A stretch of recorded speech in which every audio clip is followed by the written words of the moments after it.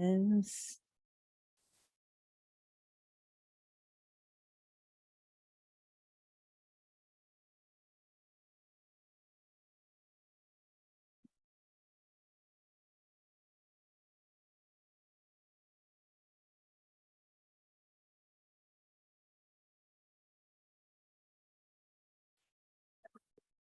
you want to? I don't. All right, I am opening this meeting of the West Linn-Wilsonville School Board of Directors, and Ms. Douglas, will you please call roll? Director Kelly Sloop. Here. Director Lewis Taylor. Here. Chair Chelsea King. Here. Vice Chair Christy Thompson. Here. Director Kirsten Wyatt. Here. Thank you. All right, and we will begin this evening with recognitions, and we have Dr. Soyson coming up to give a presentation about the ISEF awards. Good evening. Actually, I'm just going to introduce two amazing people who work with our ISEF program, Emma Smith. And Emma's able to be here tonight because the Salem Philharmonic, where she plays the cello, rehearses starting on Tuesday nights. So she's with us this evening. And also Danielle Schroeder. And Danielle, you'll notice in part of their presentation, there's something about connections with students from Egypt. And that's because Danielle was asked and sponsored by Drexel University and the Egyptian consulate to go to Egypt before our ISEF season was wholly underway and work with teachers and with students around getting them prepared for ISEF and working with them with inquiry. And because she makes friends wherever she goes, we now have some partnerships with students and educators there. So with that said, we'd like to introduce Emma and Danielle, who are going to talk about the amazing students who participated this year in ISEF. Thank you for that introduction. Again, my name is Emma Smith, and I'm one of your district's science fair coordinators, along with Danielle Schroeder. And this evening, you'll get the opportunity to meet 7 of 8 students who recently returned from the International Science and Engineering Fair in Dallas, Texas. These students will discuss their work briefly, but as an opening, we thought you might like to know how science fair reaches from kindergarten all the way to the senior year of high school. At the primary school level, Science Fair is a partnership between the science teacher on special assignment, Amy Schauer, the director of the Crest Center, and the instructional coordinators at each school, and us, myself and Danielle. At this level, one of the goals of Science Learning Expos is to help students grow their scientific identities, that sense of self that says, I'm a person who understands science and I can use scientific information. Each campus has unique needs, which means that science is explored in different ways, and not everything looks like a traditional poster fair. Some have STEM nights, some do all classroom investigations, and we continue to probe what the science fair can look like when every student has access. Next slide, please. At the middle school level, the students move towards a model where they can explore science through their own areas of interest. They work in after-school clubs supported by an incredible science educator at each school. The idea development process at middle school more closely resembles the mentored autonomy that they'll have at the high school level, where they are practicing iterative creation in their science fair community. It's worth mentioning that a 6th grader from Wood Middle School, Odessa Ackerval, took home the Best of Fair prize, which is the top prize at the state level science fair, which hosted almost 300 projects. And I'll hand it off to Danielle to continue. Thank you. Yes, we were very proud of Odessa. You should have seen her on that day. She was going to come out of her own skin. She was so excited. So the high school level fair, that is what we consider the blooms or the fruit of this science fair tree that we have. It's where science identity and skills have built upon all of the previous year's work. This is especially true of this year's team. 6 of these students are seniors who've done many projects and who have grown their understanding of science over years of practice with us, their science teachers, and with mentors from the community. In high school, students meet weekly with Emma and I to follow their passion towards inquiry or engineering. This year, more than 180 students were impacted by Science Fair. And we hope to send every ISFer out into the world with the skills of discernment and thoughtfulness. Next slide, please. And we have an exciting future planned for Science Fair as well. We continue to grow our program in new and exciting ways. Our Science Fair students have created a buzz around the world, and the excellence demonstrated by our district is respected internationally. So much so that, as Barb mentioned, this spring I was invited by Egypt's Ministry of Education and the U.S. Agency for International Development to spend 10 days with their students and staff in Cairo and in Alexandria, conducting many of the same workshops that our own students know so well. We anticipate this partnership continuing as we employ the latest techniques in science communication and collaboration. Additionally, this fall, ISEF is becoming a full-year science elective course. It's called ISEF Research and Design. Students will create projects, of course, but also look at patent creation, journal writing, entrepreneurship, science as service, and science careers. Now, enough about our program because we're all really here to meet these incredible scholars. Here are our students to talk about their experiences through ISEF. I think Anamika is up. Nope, Grace and Alan are up, which Alan is registering for classes tonight for college. So it's just Grace. Hi, I'm Grace Sato. I'm a senior at Westland High School. And for our project, we researched the feasibility of using decomposing daikon radishes as a water source for other plants in big agriculture. I've done ISEF for the past 4 years, and this is my first year making it to the international level. But I'm just really grateful for the opportunity to be able to explore my interests because I want to go into sustainable agriculture. And just thank Danielle and the district for having this opportunity.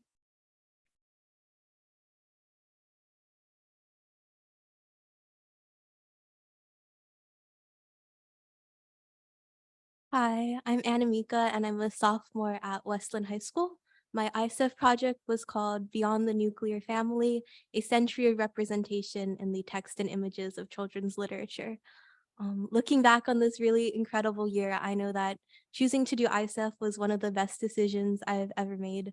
One of my favorite memories from ISEF is getting to know other people in my category of behavioral and social sciences because it made me realize over and over again how valuable science and STEM are for our future. And I know that I will take this experience with me and continue to carry it with me.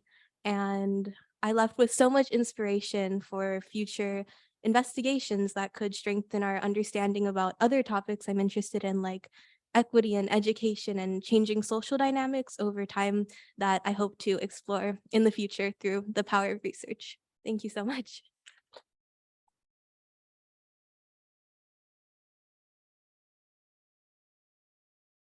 Okay. Hello, my name is Arush Goswami. I'm a freshman at Wilsonville High School. And my name is Anish Goswami, and I'm a senior at Westland High School. Well, not anymore, but I was a senior at Westland High School. Okay. So what our project was is basically we identify certain microbes in the gut, and those microbes you can look at, you can kind of determine what kind of cancer treatment to give to patients. Okay. My favorite part of the ISEF experience was definitely like the trip to Dallas. Like I got to have a lot of fun. I got to meet like a lot of great people who were making such big impacts on like science as like high schoolers. And I really enjoyed the science ISEF experience because it gives like high schoolers like an opportunity to learn and like research about something they love and to like make a project that they like are really like interested in and spend a lot of time on. Yeah, so this is my 4th year of doing a science fair. So I've done science fair project every year at Westland, and science fair has really allowed me to actually like find my passion. So I'm actually going to study computer science. And I learned how to code, and I discovered my love for coding through doing my science fair project. So it's really been like a big part of my life for the past 4 years. So yeah.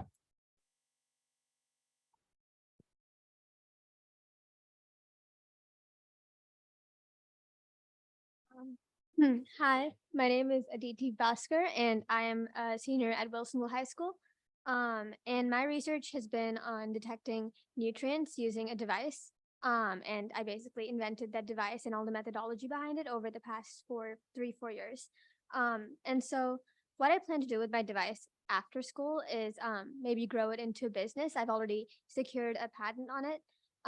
And I'm just working forward from there. My favorite ISF memory was probably the first time I walked into an exhibit hall last year at ISF, and it was just so vast. It just kept going and going.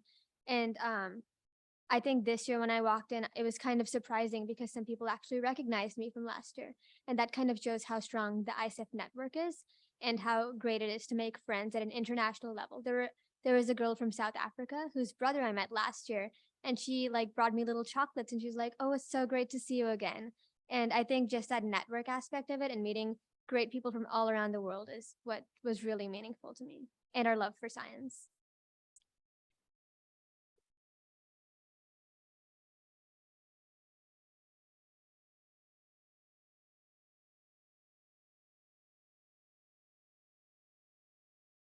My name is Uma, and I've been doing science fair since 5th grade.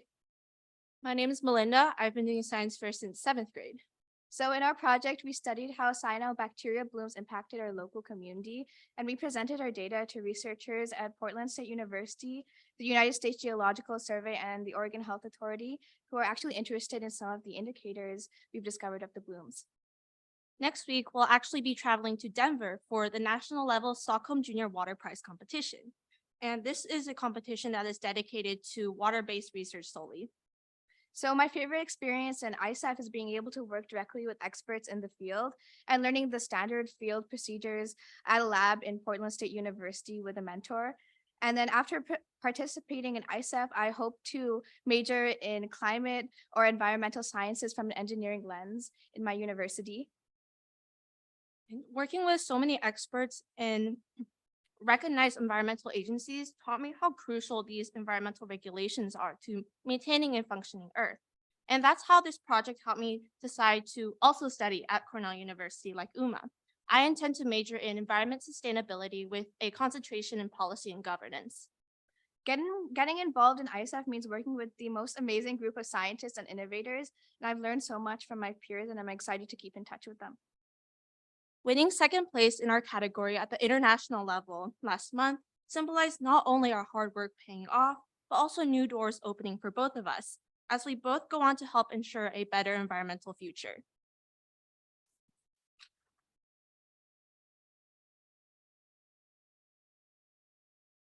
So I cannot possibly be more proud of these students, my future colleagues, inevitably, people that we can look to in a crisis in just a couple of years. So thank you all. I'm sure the board would love to address our students.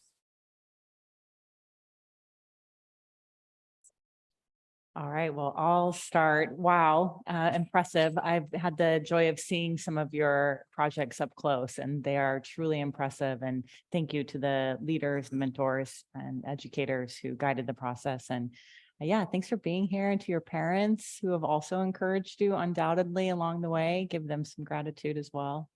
Yeah.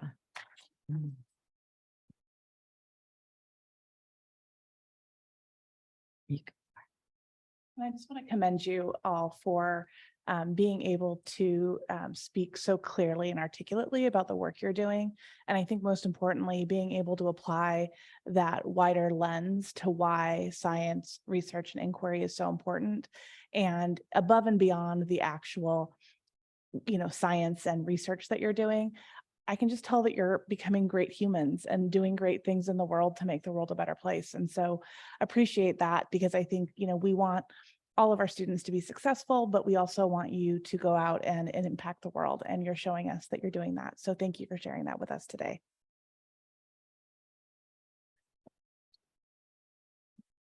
And I would reiterate what Chair King said. Wow, that's all that kept going through my mind as I sat there and listened to you all. So I'm actually a former high school biology teacher.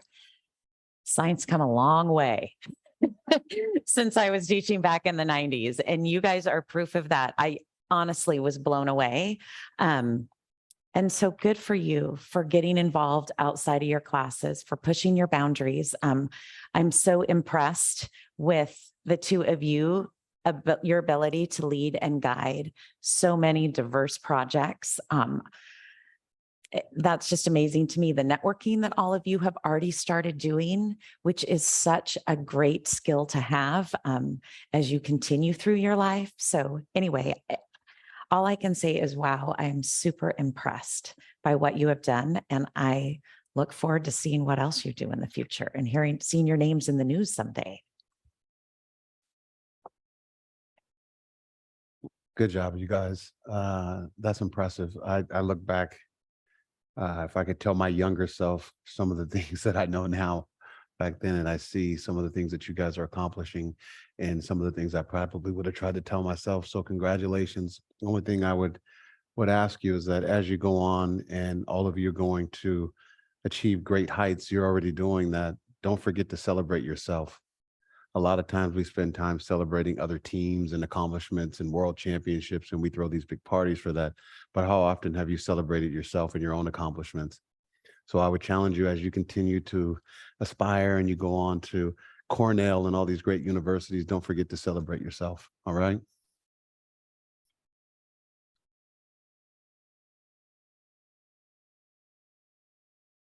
I just wanted to say thank you for sharing in your achievements, and by having that passion and the confidence, I am just amazed by how you guys carry yourself, speaking in public, but also just having that vision and the entrepreneurship. And you sound like you're post-college grads. I mean, just the visions that you have. So thank you so much in sharing your accomplishments, and I wish you guys the best.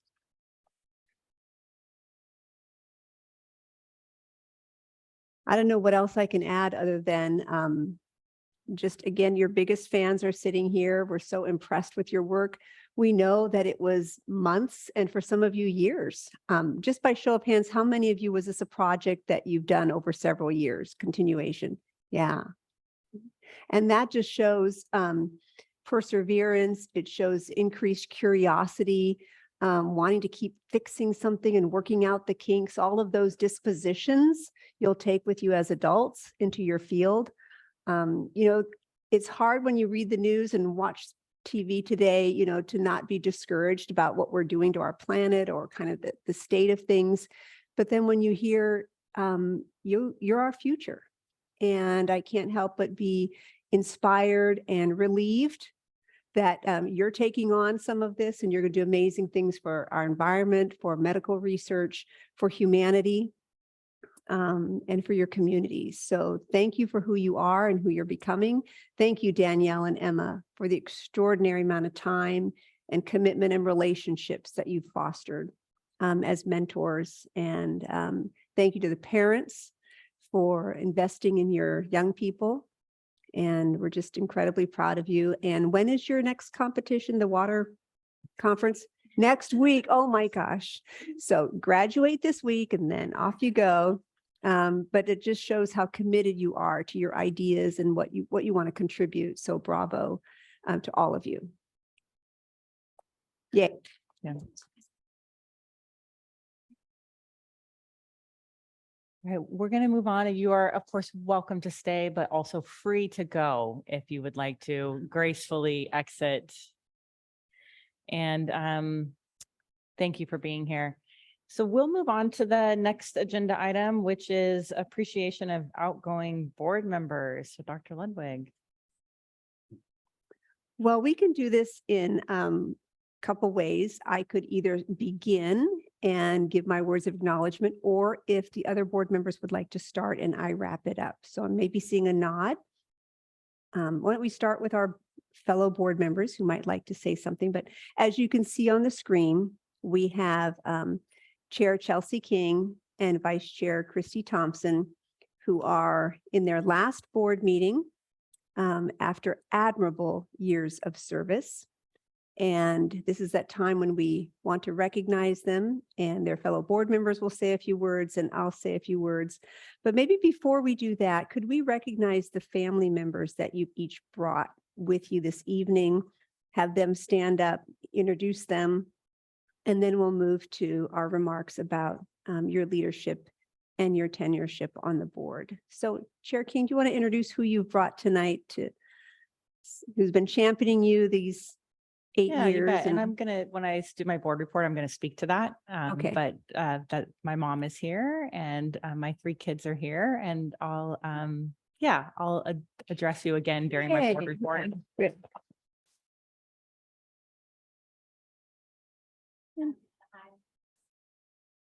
I have my husband here, Scott, and who's kind of become a regular of our school board meetings. We're trying to figure out what we're going to do on Monday nights now.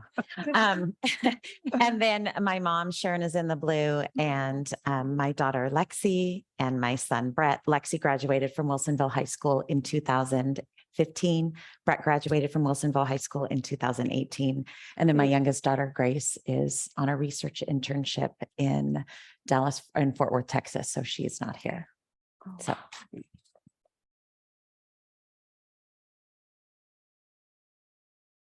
So we'll open the floor first to fellow board members who might like to give some remarks, and then I'll do the conclusion.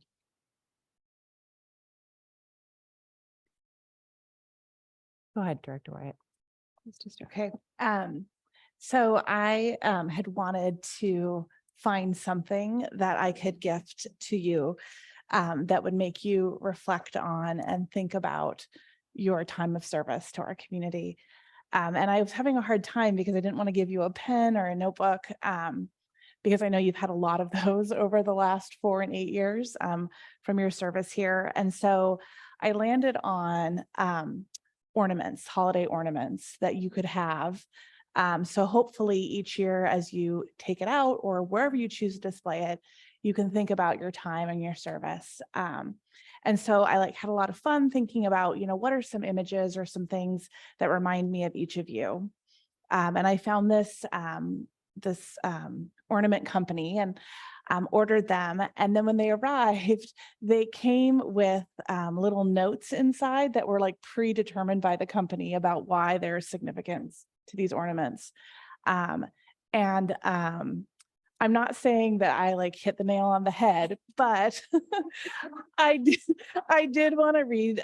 So first, Chelsea, I want to read to you. It's a butterfly ornament.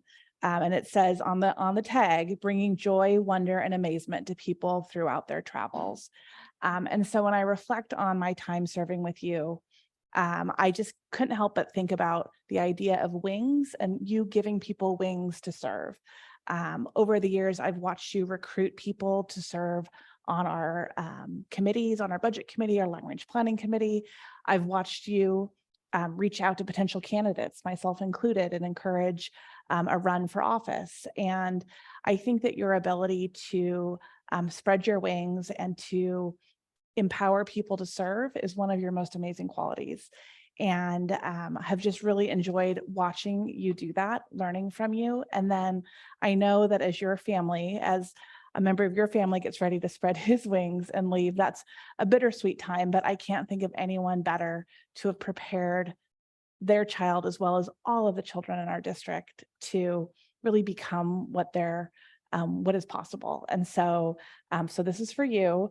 I hope each year you can look at it and just think of what you've done. And then for Christy, I picked a beaver because I've sat here over the years and watched you torment all of the ducks in the room. But then again, when I got the tag, it says, beavers are peaceful, sociable, and incredibly industrious. So celebrate that exceptionally energetic and enthusiastic person that you know.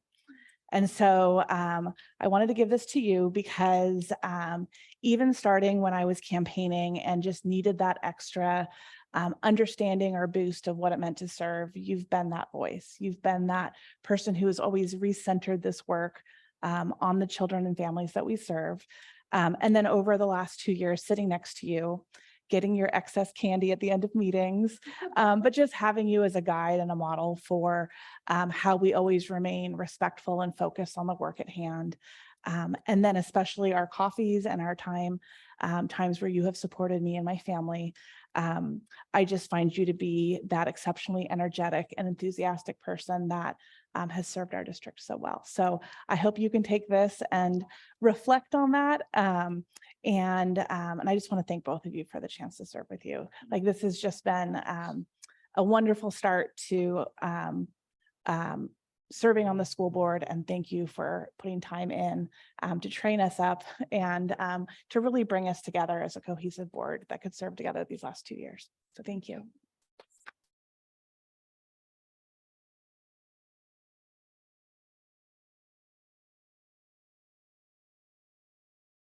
Well, I'm gonna miss you too. So I did not bring a gift, unlike some of the other people up here. And I might be a little bit embarrassed by it, but not too bad. No, but my gift to both of you is to treat you both to either an evening out or a happy hour or breakfast of your choice. We don't get to sit down in public without people looking at you like, what might they be talking about? So now we can sit in public without anyone questioning what we might be discussing. So I would love to do that with the both of you and your significant other. And I think that to me, one of the most intimate things that you can do when you endear someone is share a meal with them. So I'd like to share a meal with both of you. Just a few things that I've learned from you, Chelsea, over my short time with you, and thank you for 8 years of, man, my hat goes off to you for that. I've learned the power of a good walk. There's been many times that I've called you just throughout the 2-year process and you'd be out on a walk. And that's inspiring to me. I don't walk very often unless it's on a golf course. So the appreciation of a good sleep schedule. I think we all know you like to get out of here, like keep this meeting moving so you can get your sleep. And so I can appreciate that you love to stay on your sleep schedule. So that's inspiring also. We both share a love of the outdoors. I'm an outdoorsman and I know that you are too. So I learned that about you. And one thing that I really love is your competitive spirit. I didn't know that you had that competitive bug in you. And I've learned that over the past 2 years. So thank you for sharing those things with me. Christy, you've taught me a lot about pigs. So thank you. Thank you for that. You've also changed my whole world because every time I see the color pink, I think of you. So I think of you often. You're a great listener. We've had many conversations into the evening. And anytime that I've had something that I've wanted to share or an experience that I've had questions about, you've always extended an ear to me, and I appreciate you for that. And I'm forever grateful for that. So thank you. You're also a fitness inspiration. I know you're dedicated to that. There's been many times where I've interrupted you just freshly coming out of the gym shower and you're like, frazzled. I'm just on my way. So thank you. And I'm like, God, why don't I have that type of discipline just to go do it? So thank you for that. And lastly, I appreciate your willingness and your ability to lead with confidence. There's been many times where we've sat here and you've had just questions that maybe others may have been afraid to ask or wanted to ask, or you just beat us to the punch. And I appreciate you for asking whatever the question might be. And so that's always been something that I've loved about you. So that's what I got for the both of you. And I wish you both well in your afterlives. Yeah.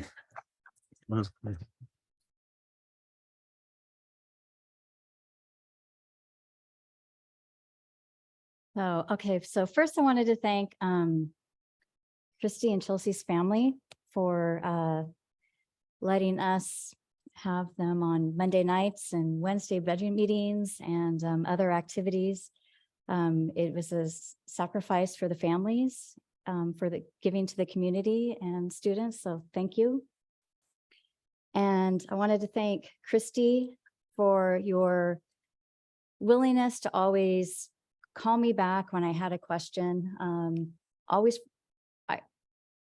And you were always patient. You would let me explain myself, and then you always had a calm voice and would always walk me through a process, offer insight, advice. Thank you for being a fellow Beaver believer. And I appreciate your friendship and just your wisdom. And to Chelsea, thank you so much for always being patient with me, your insight, and my endless questions. You were always willing to answer them and offer approaches that I hadn't thought of. And again, but you were just always so willing with your perspectives, your insight, and your leadership. And I thank both of you for that.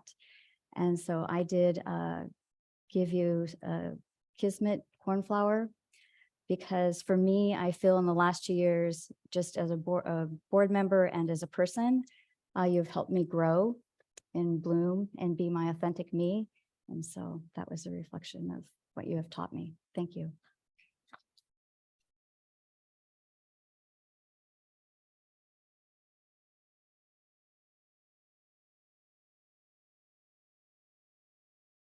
Well, I'll round things out here, and then I know you each will have some words to share in your reports. So I'm going to start with Christy. We met during the high school study. We probably crossed paths at some point. You sold me a hot dog at a game or something, and you seemed really familiar. But really, our deepest, closest work began with the high school renewal and the study. And it's where I really got to see who you were in terms of not just a parent, but a real investor in the district and the success of all children. I was impressed during that time with your curiosity. I think you showed up to every little field trip we did and every meeting, and read every study and every report. Your commitment to researching, your eagerness to learn, and inspiring us to do better and to be better, and wanting the best for our students and families. And then you brought all of those same dispositions and attributes and commitments to your work on the board.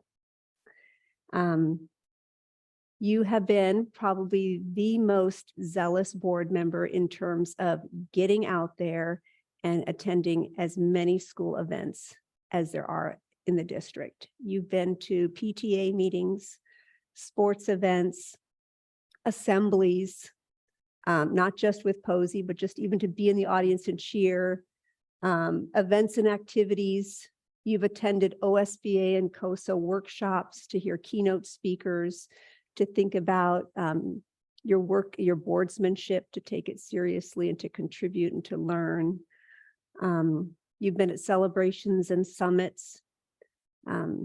You've been at events where just a few teachers and students were showcasing their work, and ones where there were hundreds cheering at outdoor festivities and indoor science fairs and events. The last 2 years, you've been our vice chair, which has meant mostly putting up a little bit more with me and the evaluation process. And I couldn't have asked for a better person to give candid and supportive feedback and critique on my leadership work. And I just appreciate your commitment to that, helping me become better and not being afraid to share where I needed to grow. So I really appreciate that. Prior to being on the board, you've always been active, both you and Scott, in the community. Years on the Booster Club, active with many events through your children and also through the community. Thank you for bringing Posey the pig into the lives of so many children, into our stories. And also want to thank Scott and your 3 kids for, as Director Sloot mentioned, giving the time for you to be here and to work so zealously on behalf of the school district. It takes a commitment from the family to give up evenings and dinners and events with a board member when they're doing board work. So thank you, Scott family. And thank you all the Thompson kids for loaning us Christy over these years. And I just appreciate you being on the board and being just a good partner in the work, and also someone I would call a friend. So thank you.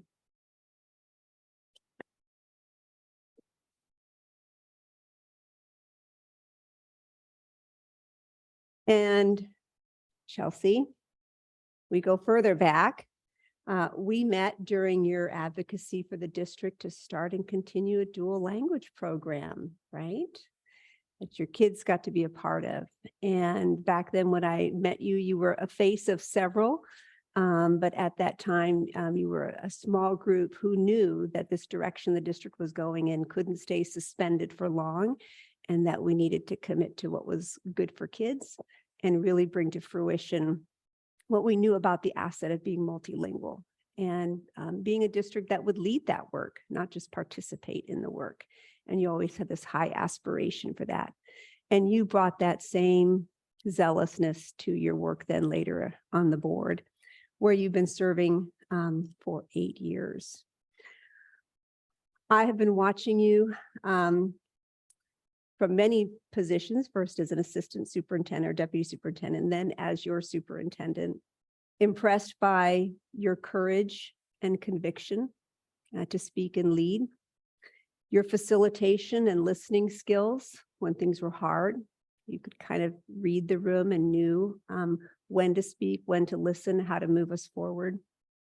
Your vision for board leadership, knowing how we could be together, seeing us through some of the highest profile, both national and local events, a pandemic, an evaluation of our SRO program, library books, curriculum, and championing the All Students Belong policy, which has been dear to your heart, all of your work for kids. I got to experience you as a vice chair 2 times or 3, 4, was it? And then 2 years as chair. But even before your work with dual language program, before your work on the board, you were an active parent with PTAs, PTOs in the Wilsonville community. This community knows you and they love you dearly. And you have integrity in your community, starting the Wilsonville Alliance for Inclusive Communities and championing so many other causes. You've got 3 great kids, a mother who's here tonight, and we know your children are the heartbeat of who you are.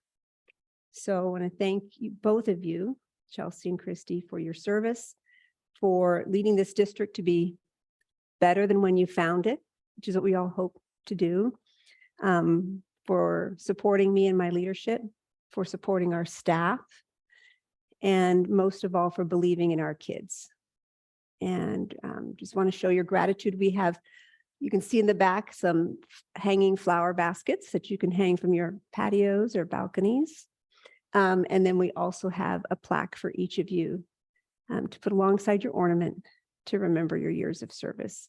So I'd like to invite those who are here to stand with me as we thank Chelsea and Christy for their years of service.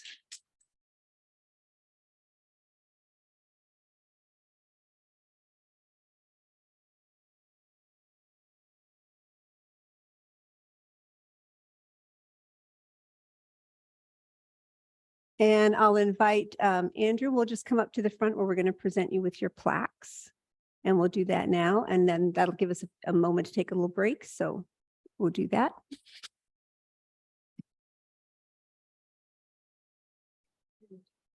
Board members, you can join us. Yeah.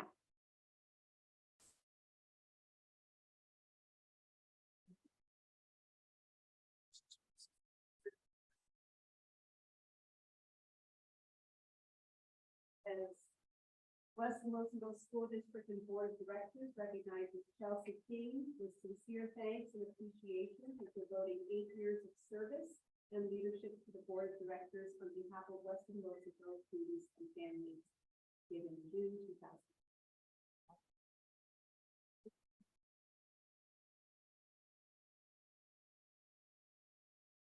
Linn-Wilsonville School District and Board of Directors recognize Mr. Thompson with sincere thanks and appreciation for devoting 4 years of service and leadership to the Board of Directors on behalf of Linn-Wilsonville students and families.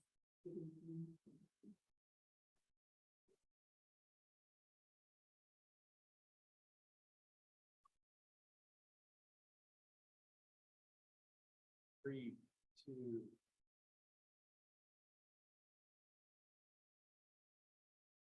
Oh, from again?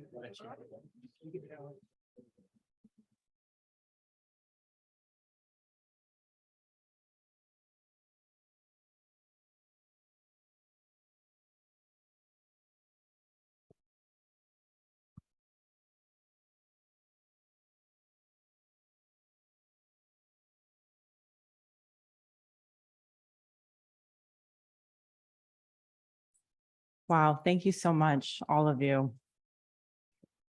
And we're gonna keep going with some of this before we get into business, some board member reports and the superintendent's report. So Director Taylor, do you have a board report this evening? No, I'm gonna concede my time so that you guys can use it. All right, thank you. And Director Wyatt, do you have a board report? Okay, thanks. And Director Sloop?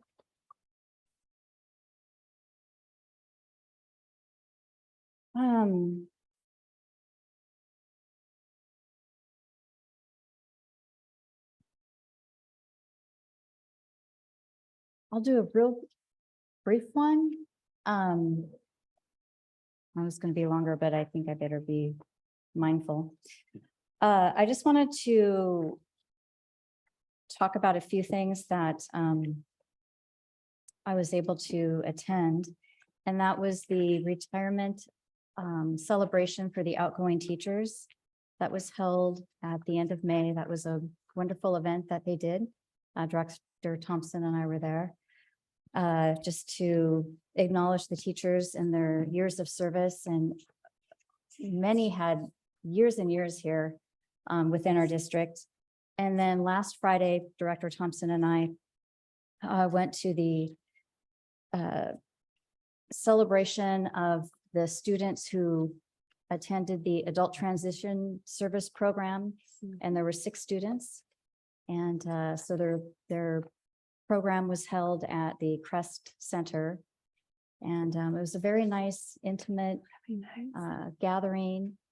They celebrated, the district celebrated each student by talking about their accomplishments and their perseverance in the program. And one of the students is actually going to be an employee here of the district. So that's very exciting. So I'm going to keep it brief so we can hear the board reports from our outgoing directors. Thank you, Director Sloop and Vice Chair Thompson.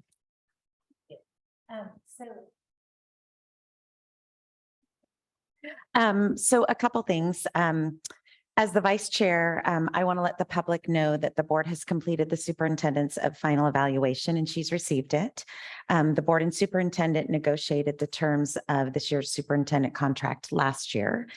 So this is the second year of that contract. So the contract will be voted on during consent agenda. So that is the first item in my board report.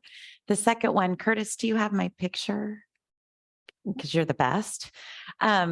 So when I was here in May, I announced that Stafford was raising money for their fun run, as many of our primary schools do.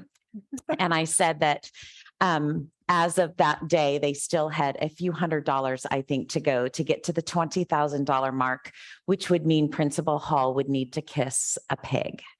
And so I wanted to make sure that I came back around and everybody knew that the kiss happened.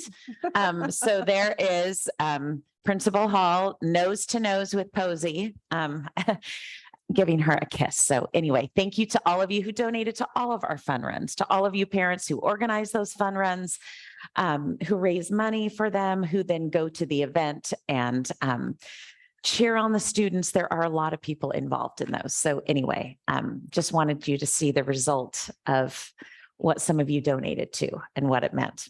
That's the small result. The big result is the amazing things that they're going to be able to do in their school. So thank you, Curtis. All right. So this is my final board report that I'm going to give. And I'm going to read it because I want to make sure that I don't leave anything out. So picture me in my home, in my den a couple days ago.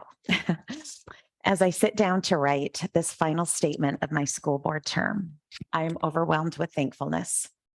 First and foremost to God, who pricked my heart in November 2018 and continued to speak to me about his plan for the next 4 years of my life, knowing exactly what those 4 years would entail. Matthew 5:16 says, "Let your light shine before others that they may see your good works and glorify your Father in heaven." This has been my desire from day one, that my service on this board would be a reflection of his truth and his love for each and every one of you. Second, I'm overwhelmed with thankfulness for the district staff members who have answered all of the good and dumb questions I have asked, constantly supported me in any way they can, and who have continually been willing to listen to my concerns. Son, where are you? You're here. I saw. Oh, there you are. Right. I was like, I knew you were at the end of the table. During my first 2 years of service, I spent many hours in your office learning about our financials. Often you would reach out to me first to ask if I wanted to meet and discuss the information you would be bringing to the board. Thank you for your patience with me, your kindness, and your perseverance to make sure I understood what I was voting on. Curtis, go Beavs. I'm having a hard time coming up with words that accurately describe my respect and awe of your mastery of technology. If anyone wants to know who the technological wizard is behind the curtain in our district, it is Curtis Nelson. No matter what gets asked of you, you always find a way to make it happen. Shyla, is Shyla in here? There you are. Thank you for your guidance with the superintendent evaluation during these past 2 years.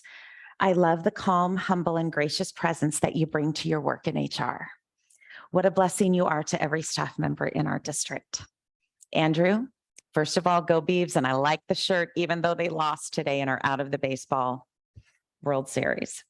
So go Beavs. Second, our district's increased communication and transparency with our community over the past 4 years is a reflection of your hard work and dedication to your job. Thank you for not being satisfied with good enough, but always striving for better. Pat, is Pat in here? There you are. I have always enjoyed talking with you. Your heart for your family and for this huge job you have of taking care of every single one of our district facilities is evident every time we speak. You always had an answer to every one of my questions right away, demonstrating that your knowledge of our district is just as big as your heart for it. Remo, is Remo in here? Okay, there you are. Wow. Speaking of expertise and knowledge, every time you spoke to the board or to the community about one of the bond projects, I was blown away by your detailed knowledge of every single project. And when met with contention from the community, you always responded graciously and kindly. And my recall is that you went to the door of every house across the street from the new Athey Creek Middle School. Is that correct? To introduce yourself and give the residents an opportunity to ask questions and share concerns. If that is not going above and beyond the duty, I don't know what is. Lauren, thank you for the way you creatively recognize those around you. I will miss the brilliant poetry, the fun pictures, and the joy you express when speaking about your staff and the students you serve. David, your constant delight and cheerfulness in your position is evident to all around you. I don't think I have ever seen you have a bad day. You've hidden it well from all of us. Thank you for sharing your love for your work with all around you. Barb, you are one of the best listeners I know. Thank you for always being willing to listen to me and to our staff and community members. I appreciate that you create task force and community meetings that invite input from stakeholders with varying opinions. You have one of the toughest jobs in this district, and you navigate it by demonstrating respect for all voices. Thank you. Jennifer, I've had the pleasure of witnessing your passion for both families and students served by our Student Services Department, as well as your support of our secondary staff and students. I always looked forward to every interaction with you and especially appreciated the talks we had in your office. I will miss those. Kathy, I have much respect for how hard you work for the staff and the students in this district. I doubt that there is another superintendent in the state who attends as many school events as you do. The reason she knows I was at those events is because she was at them as well. Or who makes multiple celebratory posters for their bus drivers at home the night before the first day of school. So for those of you who don't know, on the first day of school, when the buses go out, several of the administrators go to the bus barn, or what is it called? Bus depot, whatever they call it. Get there at like 5:45 in the morning, five, yeah, and cheer them away as they go away to pick up students. The night before, so I get there to help cheer on, and there are all these great posters, fun, creative, colorful. I'm like, where'd these posters come from? Dr. Ludwig was at home the night before, making posters for our bus drivers. Yeah, I don't know. I mean, I don't know if there's any other superintendents who would do that. And no matter the disagreement, the anger, the vitriol directed your way, you always respond with grace and kindness. You have set a high standard for your entire staff who embodies these qualities as well. I look forward to continuing our friendship outside my board service. Sweet Kelly. If there was an award given for the best board secretary in the state, you would win it hands down. I tried to talk to OSBA about that and they told me they couldn't do it because they said everyone would be fighting to have the person who wins. So you would win though. The way you love and take care of each of the board members and the district staff goes way beyond your job description, and family members and anyone who shows up to our board meetings. And I can't tell you how many times I've heard parents talk about the incredibly lovely, kind woman from the district office that they spoke to on the phone who helped them with their concern, questions, etc. You are the joy behind the working of this district, and I will be forever grateful for your friendship. Thank you also to every principal, assistant principal, teacher, and staff member who enthusiastically welcomed me into your schools, your classrooms, and your events. Our district has high graduation grades because of the effort, care, and expertise each one of you brings to your work each and every day. To my former and present board members, thank you for what you have taught me and for how you've challenged me. What I am most thankful for, however, are the friendships that have developed despite any differences we may have. So I'm going to speak to some of the board members who aren't here. So Reagan, without your help, wisdom, and encouragement during my campaign, I don't think I'd be sitting here today. Thank you. Ginger, I'm sure they all still listen to our board meetings, so I'm sure they're hearing this firsthand right now. I know.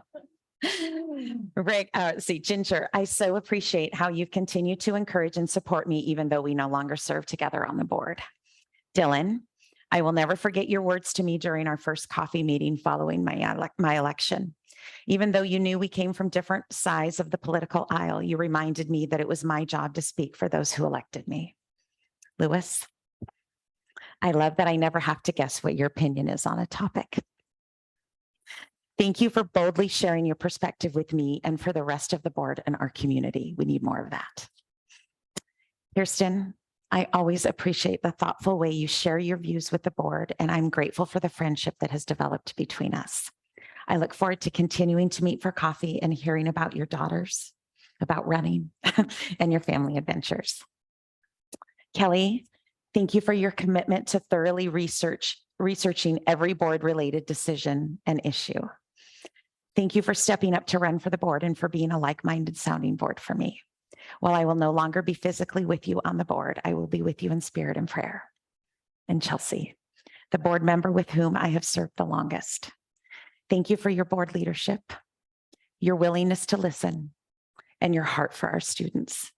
I love that our friendship trumps our differences of opinion, and I look forward to us both having more time to spend enjoying that friendship. And to those of you who have prayed me through the last 4 years, thank you. I may have been the front person who got to speak and vote at meetings, but it was your prayers that sustained me and gave me the courage to do so.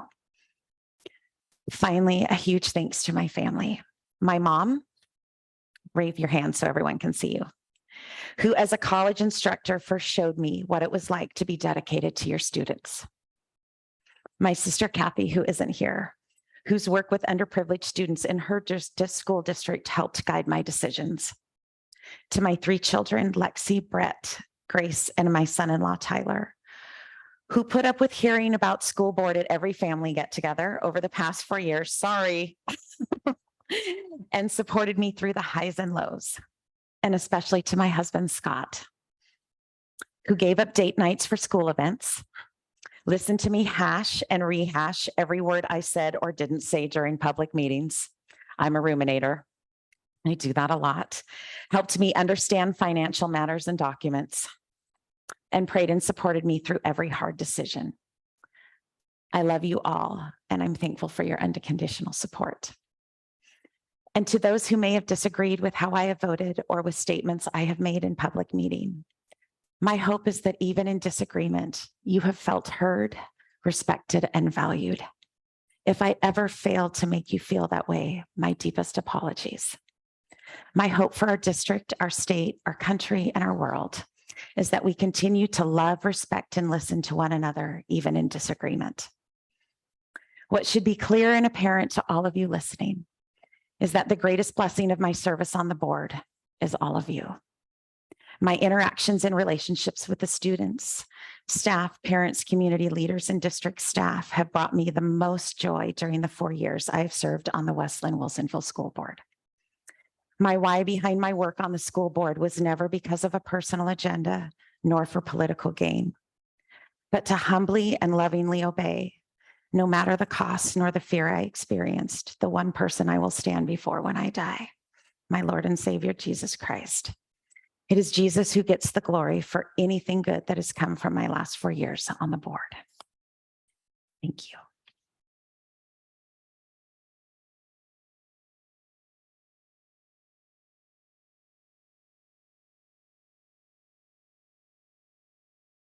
All right. Well, surprise, I'm also going to speak about the last 8 years and the ebb and flow of my school board service here. A little bit of it has already been pointed to. The sort of the origins, I think, of my school board work do go back to, and I can't guarantee the accuracy of the timeline exactly, but I think it was about 2009, 2010, and the grassroots organizing to return a Spanish immersion program to our district. It could also be that PTA presidency at Lowry might have accelerated the process here and ended up on the budget committee. And then as these things go, ended up on the school board. But I think also there was a capital bond and local option levy campaign in there in 2014 that I worked on as well. So here was 2015, I ran uncontested. And the other person on the school that also ran for school board to keep her seat also ran uncontested. Kate Hoots actually published an article in the Pamphlet about the low level of interest in school board races. Barack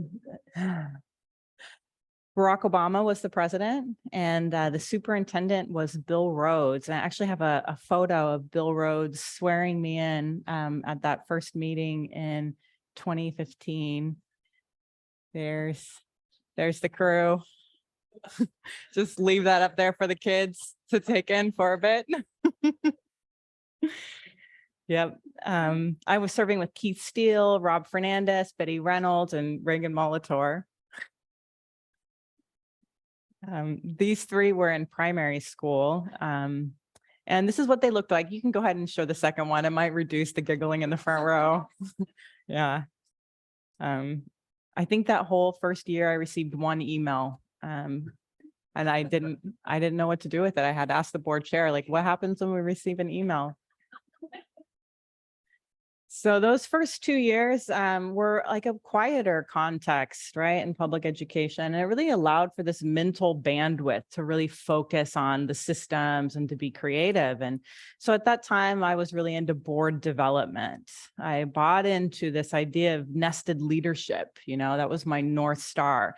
Was really driven by the belief that how we function as a board is going to be reflected all the way throughout the system, all the way down into the classroom. And so I focused on board culture and cohesion.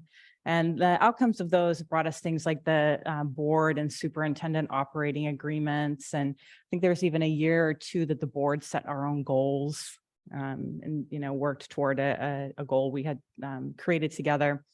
And then it was 2016 when we hired Dr. Kathy Ludwig. And around that time, I think we were, and I'm so thankful that we hired you, and we did a huge national search, and I think we interviewed 10 finalists. And so you really rose to the top. And I think we made an outstanding choice when we decided to hire you. We worked around that time with my board colleagues and OSBA and the superintendent to totally revamp how we did the superintendent performance review.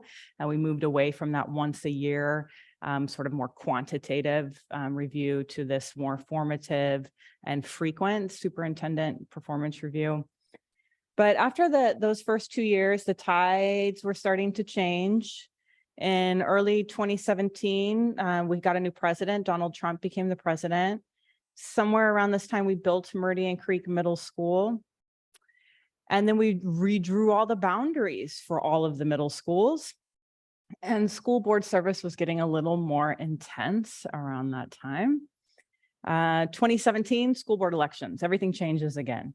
Now I'm serving with Dylan Hides, Ginger Fitch, Betty Reynolds, and Reagan Molitor. I think one of the first years I became vice chair, and I think I did serve around 4 years. That role that you've done the past 2 years, Christy Thompson, is one of the most underappreciated and valuable roles on this board, that vice chair spot. So by 2018, school board work was really growing in intensity. It was dialing up. We had needed to adopt a comprehensive human sexuality curriculum. We had another capital bond and local option levy campaign to run.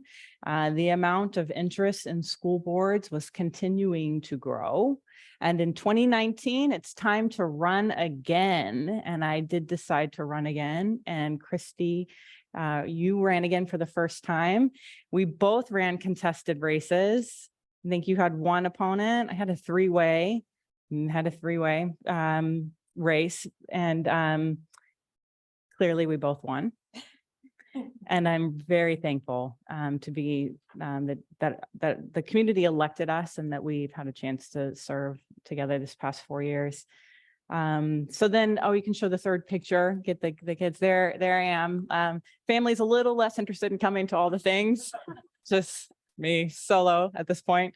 Yeah. And so then comes 2020 and all the things, the COVID protocols, distance learning, changing timelines, changing requirements, massive social unrest, desperation from parents to get their youth back into in-person school, desperation from others to stay closed until there's a vaccination. Some weeks we received hundreds of unique emails. I'm not talking one-click politic. I'm talking like drafted emails from folks. Some meetings we had hundreds in attendance. Nonetheless, we managed those COVID protocols and we kept other work going. We tackled a review on the SRO program. We continued with those quarterly safety and security meetings on Zoom. We even held a district equity summit on Zoom, moved forward with capital bond programs and long-range planning moves. And in 2021, another school board race. This time, 2022. Yeah, I told you the timeline would be a little messed up. Oh no, it was 2021 because we didn't run again, but Dylan and Ginger and Reagan, by then they decided not to run again. And then in comes Lewis Taylor and Kirsten Wyatt and Kelly Sloop. Yep. Super thankful that the three of you chose to run and that the three of you won and that we've had this past 2 years.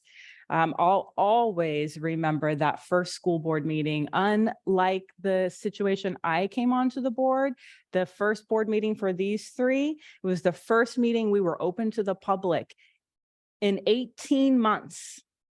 And we were going to make up for some lost time. And so there was a huge crowd in the parking lot when we pulled in. There was a couple different, 2 or 3 different issues that folks were protesting.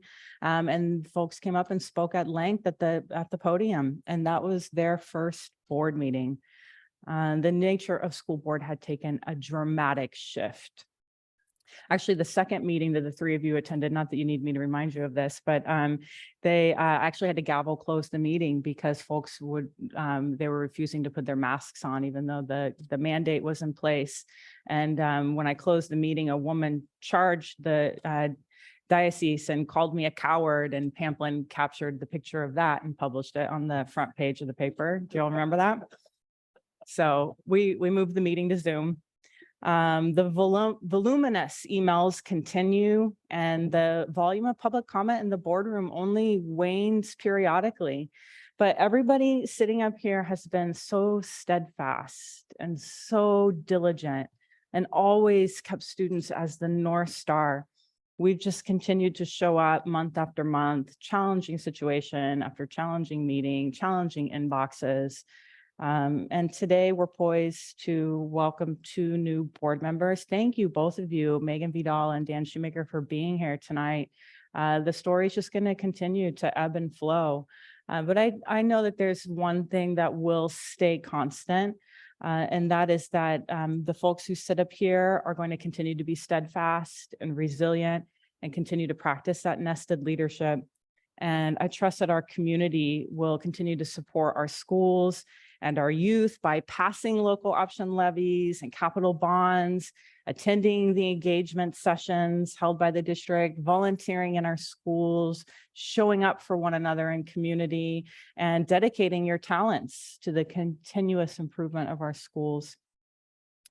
So finally, I'll just end with some gratitude. Thank you you did such a great job about naming everybody. So what Christy said, for sure. Working with all of you has honestly been one of the greatest honors of my life, for sure. It's at times been uncomfortable, for sure. At times been challenging. I would even say at times frustrating. But it was always nested in respect and mutual regard and a vision for a healthy and thriving school district. You all have made me a better school board member and better at my job, in my career, and just a better all-around human. I will say a special shout out. Thank you, Kelly Douglas. You started the same year as me. That makes us litter mates. I actually have a gift for you. Yeah.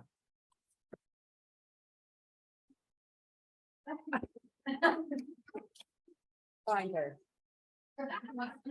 Binder. Yeah, binder. Yeah. My binder. Yeah.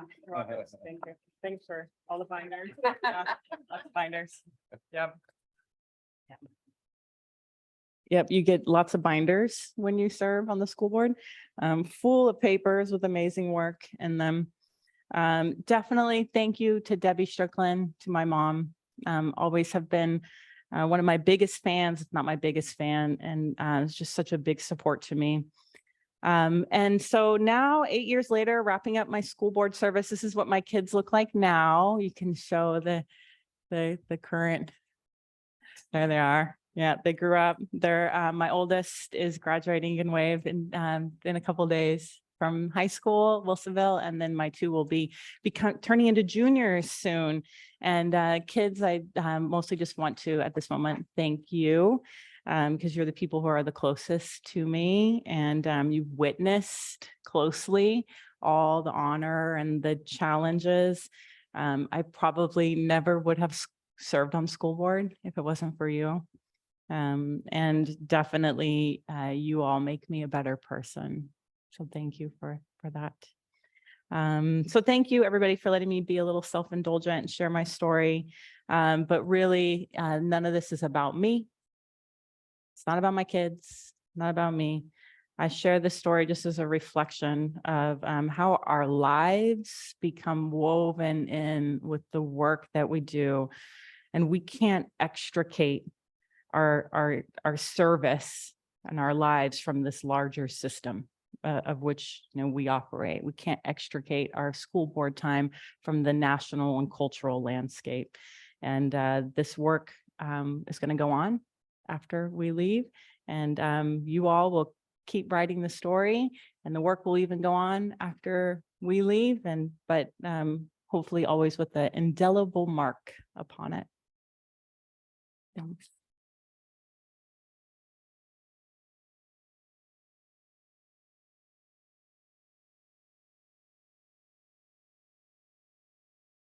All right, thank you everybody for being so patient and enjoying in that while we got to celebrate the end of 2 people's careers here at the school board. We'll move on to the consent agenda, and I'll entertain a motion.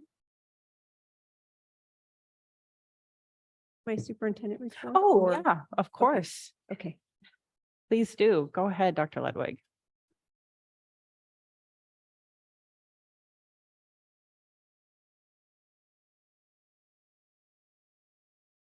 I almost wish we could just end with both of your words. They were just beautiful and thoughtful. Thank you. But I think, you know, our theme this year, belief and belonging, I just want to echo that both of you embody that theme so much too in your leadership, your belief in the capacity of our staff and our students, and your belief in the belonging of every child in our school district. And you've led from your heart day one until today. Well, June 30th. We technically have you till June 30th. So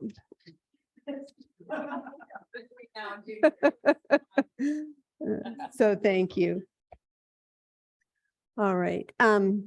So just a few highlights. There's so many these weeks of student activities and awards. We were here for the ISEF Awards. I want to recognize again the many students who weren't in the chairs tonight, but who put in countless hours, and the staff who worked with them, teachers and coaches. And of course, we met Danielle and Emma tonight.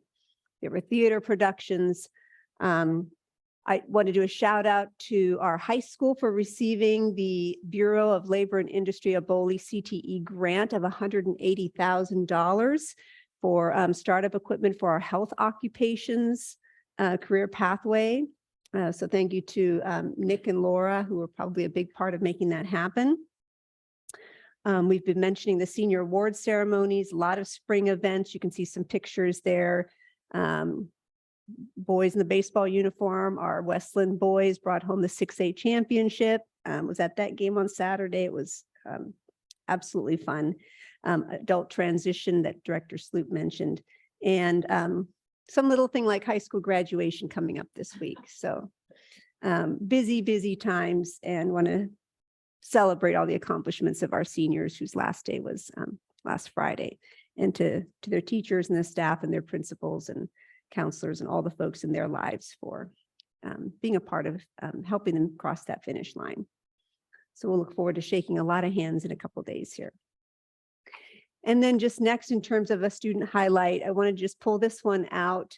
This is our biliteracy seal information. These are for students who, when they've taken on a world language and now are multilingual, they can also take a test. And if they pass that test, they get a seal at graduation, but they get this beautiful biliteracy seal. And it's actually a marker for future employers. When they ask on a resume, are you bilingual? If you can demonstrate that you have a biliteracy seal, it gives the employer an indication of what level of biliteracy you have coming in. So it's not kind of a moving target. And each year you can see more and more of our students have opted to take that test. And this year we had 97 students who were awarded biliteracy seals. And then they're having a new seal called the multiliteracy seal. They've kind of acknowledged it and been tracking it, but this year actually students who take that test will get that at graduation as well. And so there's, again, this promotion around Oregon around really valuing the ability to be multilingual. And I think when we look at those numbers, we can see almost this correlation of our dual language program, but also our world language program, where every student in our district, when they start in kindergarten, begins to learn a second or third language, Spanish or Chinese, or maybe English is that second or third language that they're learning.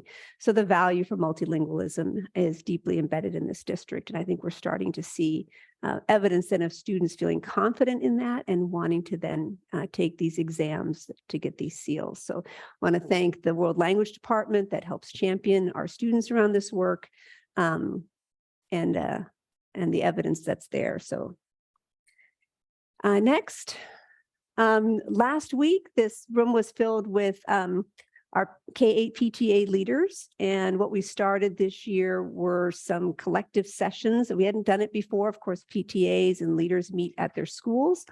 But we began a new process this year where we brought the PTA leaders together around the district 3 times during the year. So we had a meeting in September, and then another one in March, and then one just last week here at the end of May. And we're kind of going through district topics with them and their leadership work, but also taking a look at these PTA standards, which can be generalized whether they're a PTA or a PTO or a PPS or whichever branch of family school leadership that they're taking on. These standards can generalize. And in September and March, we looked at that standard of what does it mean to welcome all families into a school community? And particularly coming off of the pandemic, we knew families wanted to be more connected.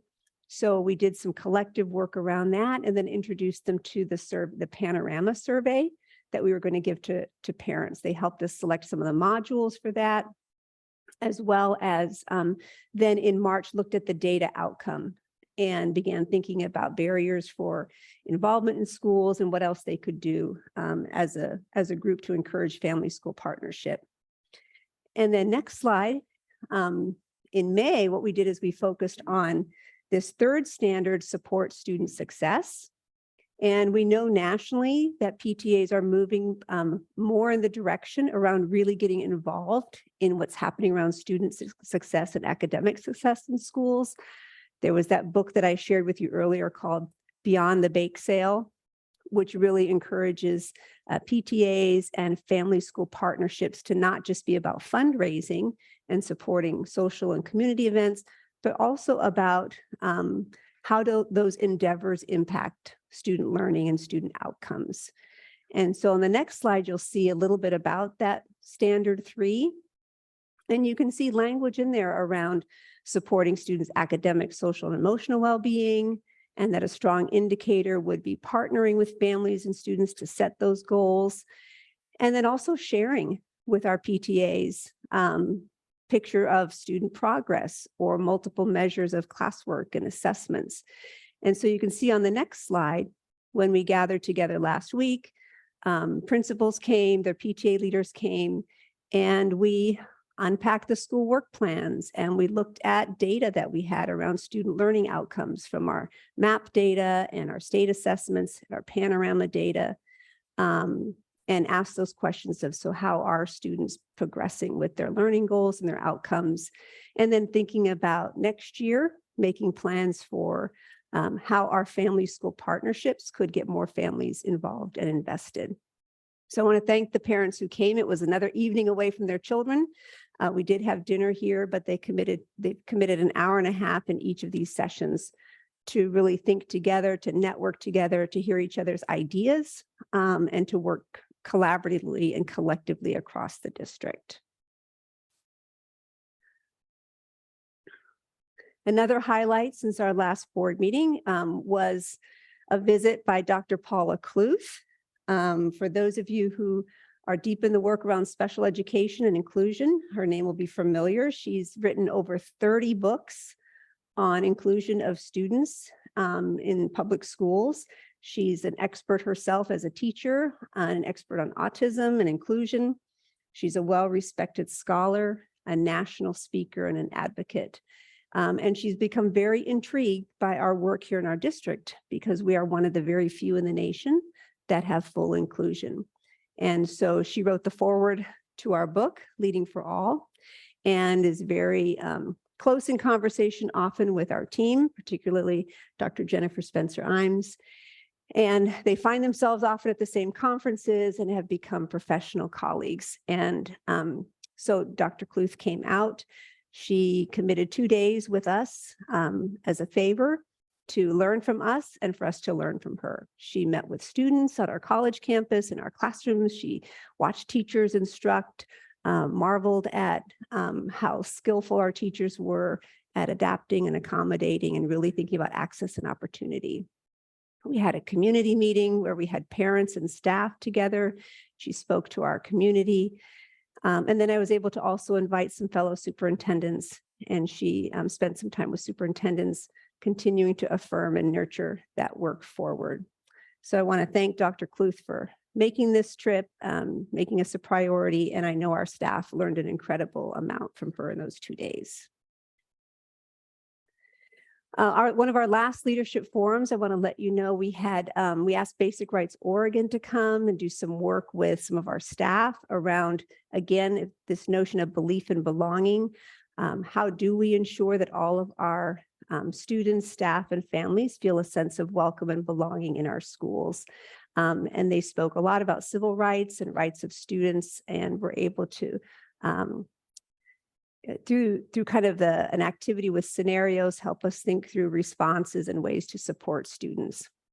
And always that idea of it's easy for us to have words about inclusion and acceptance, but what actions and systems match those. And so again, thinking about the policy that the school board adopted, and then the letter that all of you wrote in November of 2021 around really affirming our policies around all students belong and your care for all children. So those are ways that our actions can match our words as well.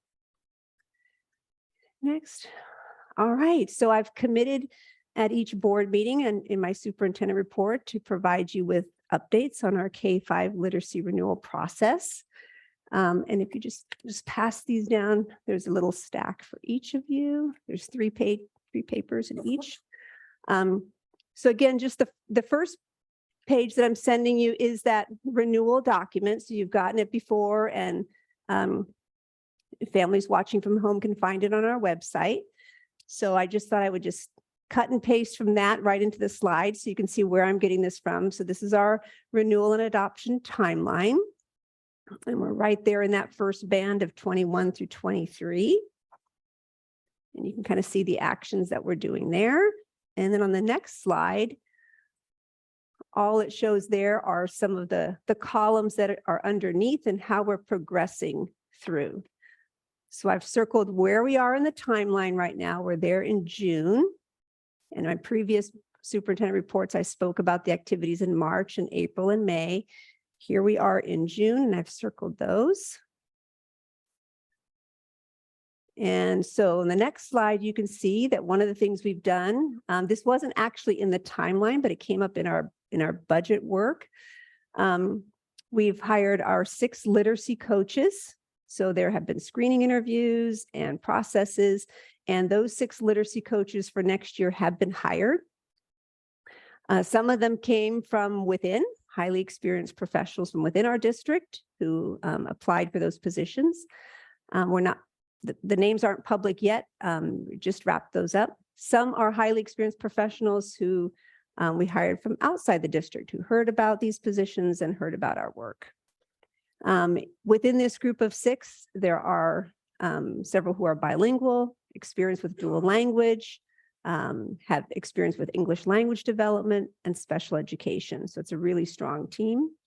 And these 6 coaches either have or will be obtaining their reading endorsements. So that was one of the qualifications, that either they already have that reading endorsement or that they will sign up and begin to get that reading endorsement so that they can continue to do high-level professional learning while they're coaching.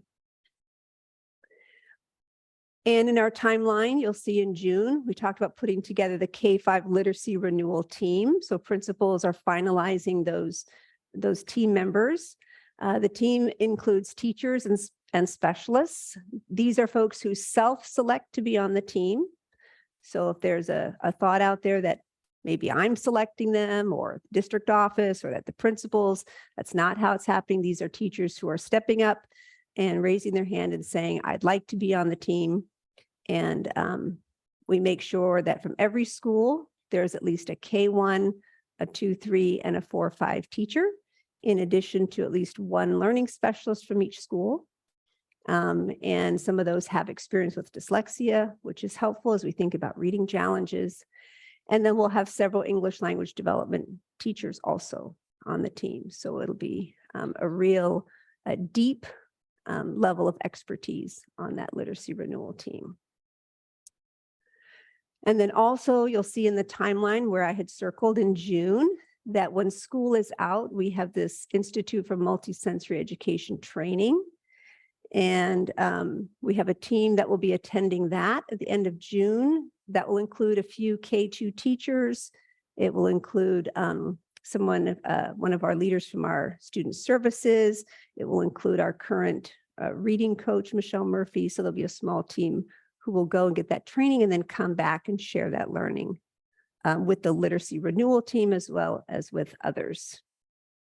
Also in June, after school gets out, our principals will do some work unpacking the new Oregon's early literacy framework. You've probably seen the draft of it. It's now been finalized and it's out.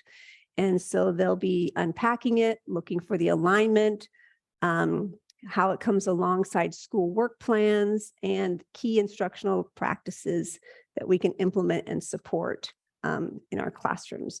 So that'll be some work that principals will do as soon as school gets out in June. They'll keep working. And then that last item, Dr. Soyson wanted me to share that while this is a K-5 literacy renewal, we also want to just remind our board members that we want to think about reading and the instruction of reading really as K-12. And so sometimes there's this notion of, after primary school, maybe kids don't get instruction anymore in reading, they just get assigned things to read. And we want to really focus on what does it mean to teach reading and writing in secondary school versus just assigning reading and writing? Where are those areas where we continue to help students unpack the skill of reading, but also skills of comprehension and critical thinking and informational text?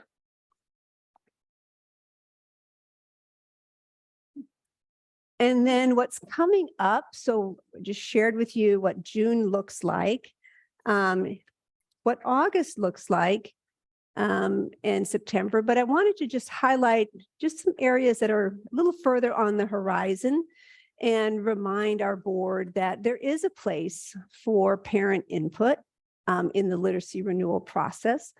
I know there's been input at board meetings, but within every curriculum renewal process, the state asks that we have parent input. So that will be coming in the fall between October and February. We'll be sure to have those opportunities for parent input, making sure we have diverse perspectives and more parents get to speak and get to share what they're thinking about in terms of curriculum. And then, of course, the last part of the renewal process is the board approval component. And that's where all of you are curious and invested. And I want to thank those of you who have done some learning walks, getting into classrooms, watching reading instruction, watching reading assessments take place, and paying attention to what's happening so you can stay informed. I want to thank you for doing that.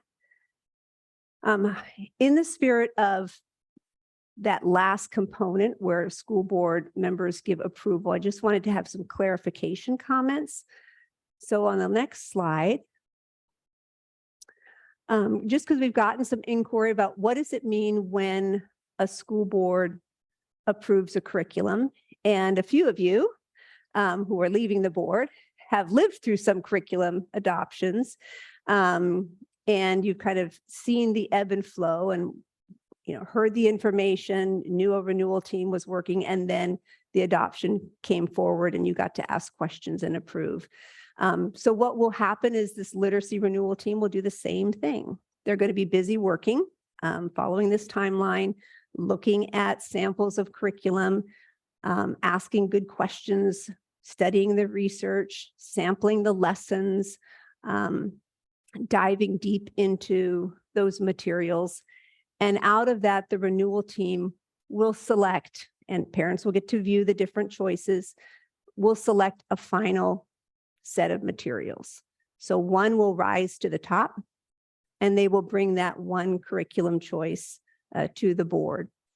And for those watching at home, what the board does during that time is they take that recommendation from the literacy renewal team, and then it's an opportunity for the board to make an informed adoption decision. And that's typically when we hear questions like, who was on, how did the literacy renewal process go? And are these materials on the adopted list? And do they follow the state standards? And you can see some questions that board members might ask to make an informed decision and to give that approval. And these are questions we've been putting in front of you, ideas around what makes quality materials, what's important for quality instruction. And so the community can expect then that the board in March, when they receive that recommendation, will do a thorough job to ask some really important questions of the team when they're standing here presenting that final recommendation.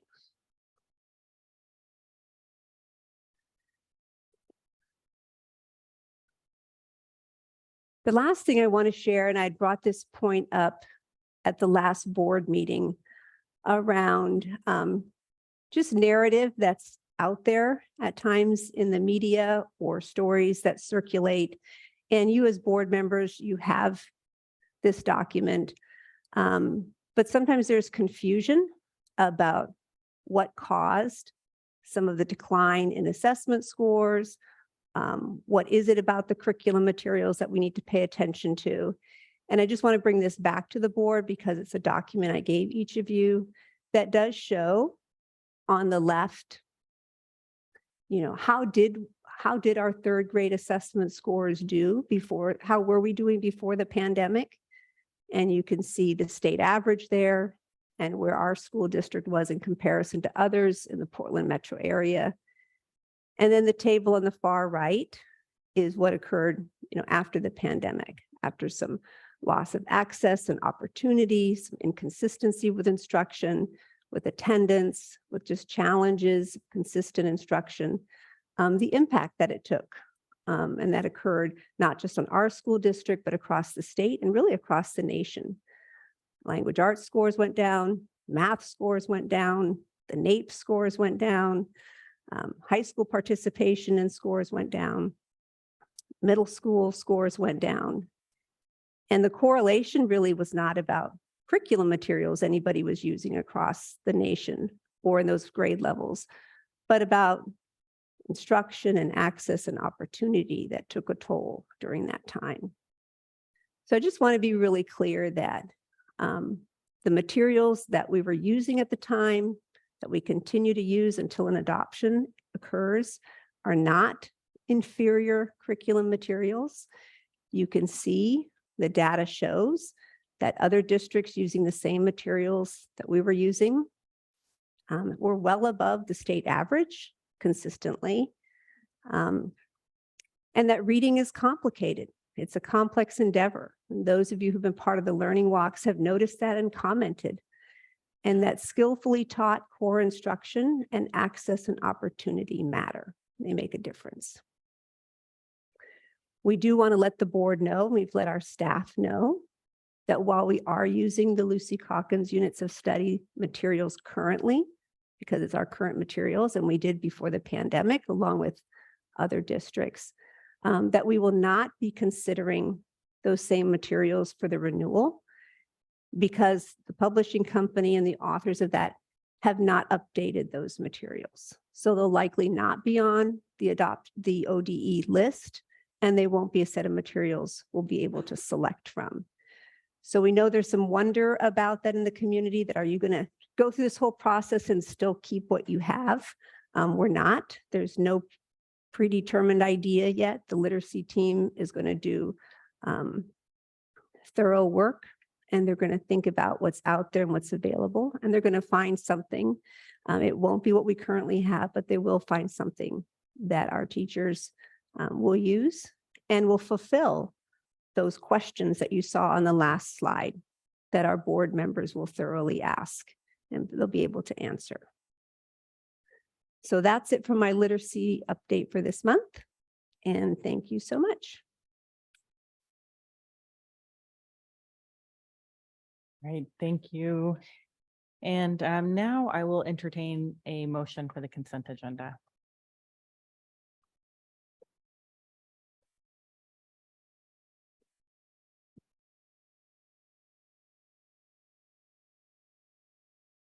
Approve the consent agenda. Thank you, Director Wyatt. I'll second. Thanks, Vice Chair Thompson. All right, motion and second. Ms. Douglas, will you please call the vote? Director Sloot, Aye. Director Taylor, Aye. Chair King, Aye. Vice Chair Thompson. Aye. Director Wyatt. Aye. Thank you. All right, we are going to move to public comment. I need the clipboards, I think. There's no public comment? Okay. Okay, no public comment for something that's on the agenda from residents on the agenda. Okay, so before we move on to getting into the business, how are we doing? Should we take a short break? I need, Yeah, short break? let me turn this off. Oh. Hot mic. Okay. All right, I'm going to call a brief recess.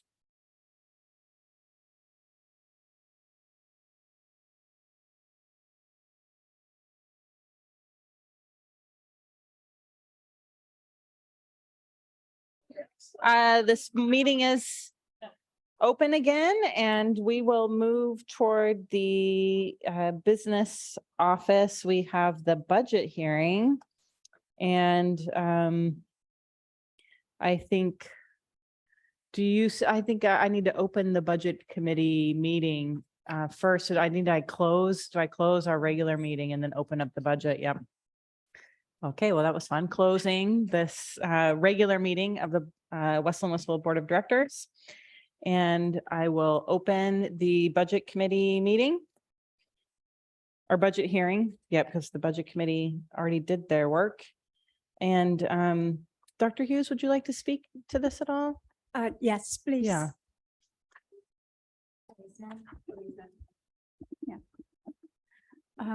Good evening. So the budget committee meeting took place on May 17, when the district present to the budget committee the proposal budget for fiscal year 23-24.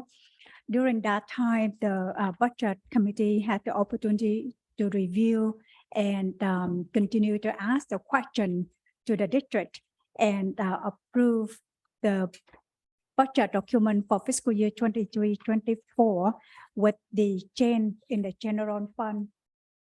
Can you please show the 2130 function, please? So with the change in the general fund of adding the additional 150,000 to function 2130, that's the health services function. And because adding 150,000 to this function, it reducing the estimate ending fund balance of the general fund by 150,000. So in here, in fund of proceeds, the information regarding to function 2130, and that is on page 3.30 from the budget document. With the changing of this is has increased the total function from $901,777 to $1,051,777. The additional 150,000 was allocated under object code 319. That's the order instructional and professional services. And I highlight that in yellow. The next one, please. So because the increase of 150,000 in the health services function, it reduced the estimate ending fund balance of the general fund by 150,000. You can see this information changed in the bottom of the budget at a glance on page 3.2 at the budget document. So according to the Oregon budget law, ORS 294.456, the board is responsible for adopting the budget, making appropriation, declaring the tax levies, and categorizing the tax before the beginning of the new fiscal year. Will you please show the resolution? So with that, the district present resolution 2022-20 to the board and recommend the board to adopt the budget, the district budget for fiscal year 23-24. All right, very good. And just FYI, we normally would do public comment on the budget, but there was no one signed up to do that. So that's why we just moved past that. So I think it would be wise to entertain a motion. All right, Ms. Douglas, are you needing something?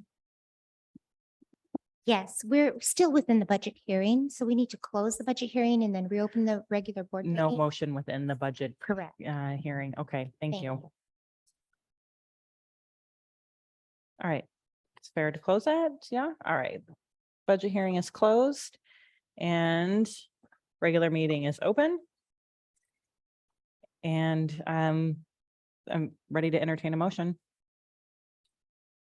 I move that the board adopt the 2023-24 financial budget for the West Linn-Wilsonville School District as presented in resolution 2022-20 in the overall amount of $302,598,744.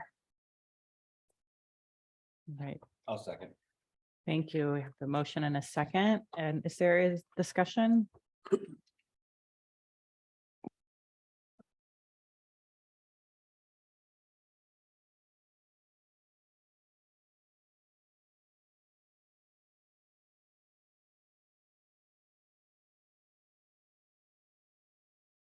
All right, I think that's a no. And I'll just say we had a good budget committee meeting and we had lots of great questions and the work is solid and I think we had our discussion. So I feel ready to take a vote. I think looks like my colleagues are as well. Director Sloot. Aye. Director Taylor.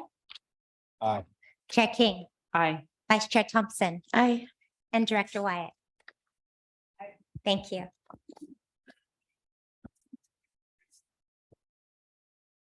All right, thank you. And we are moving on. Is there a financial report next? Okay, great. Thank you. Go ahead. Thank you so much for adopting the budget for us for fiscal year 23-24.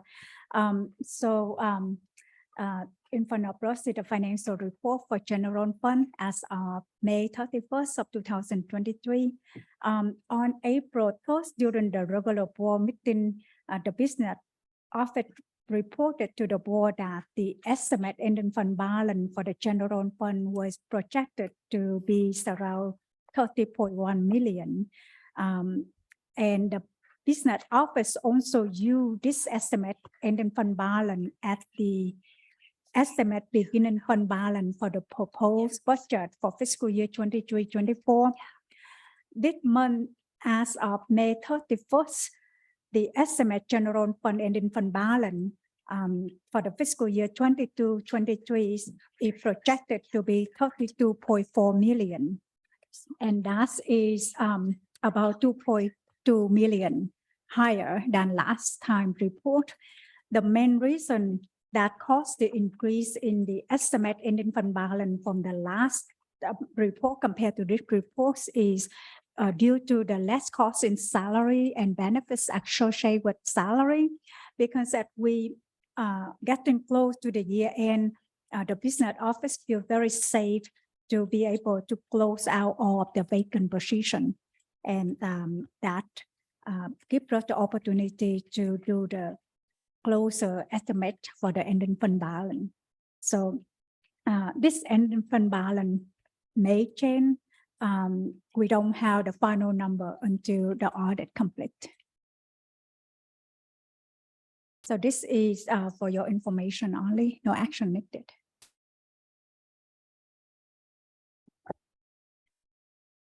All right. I think that concludes our business office and we can move on to Department of Operations.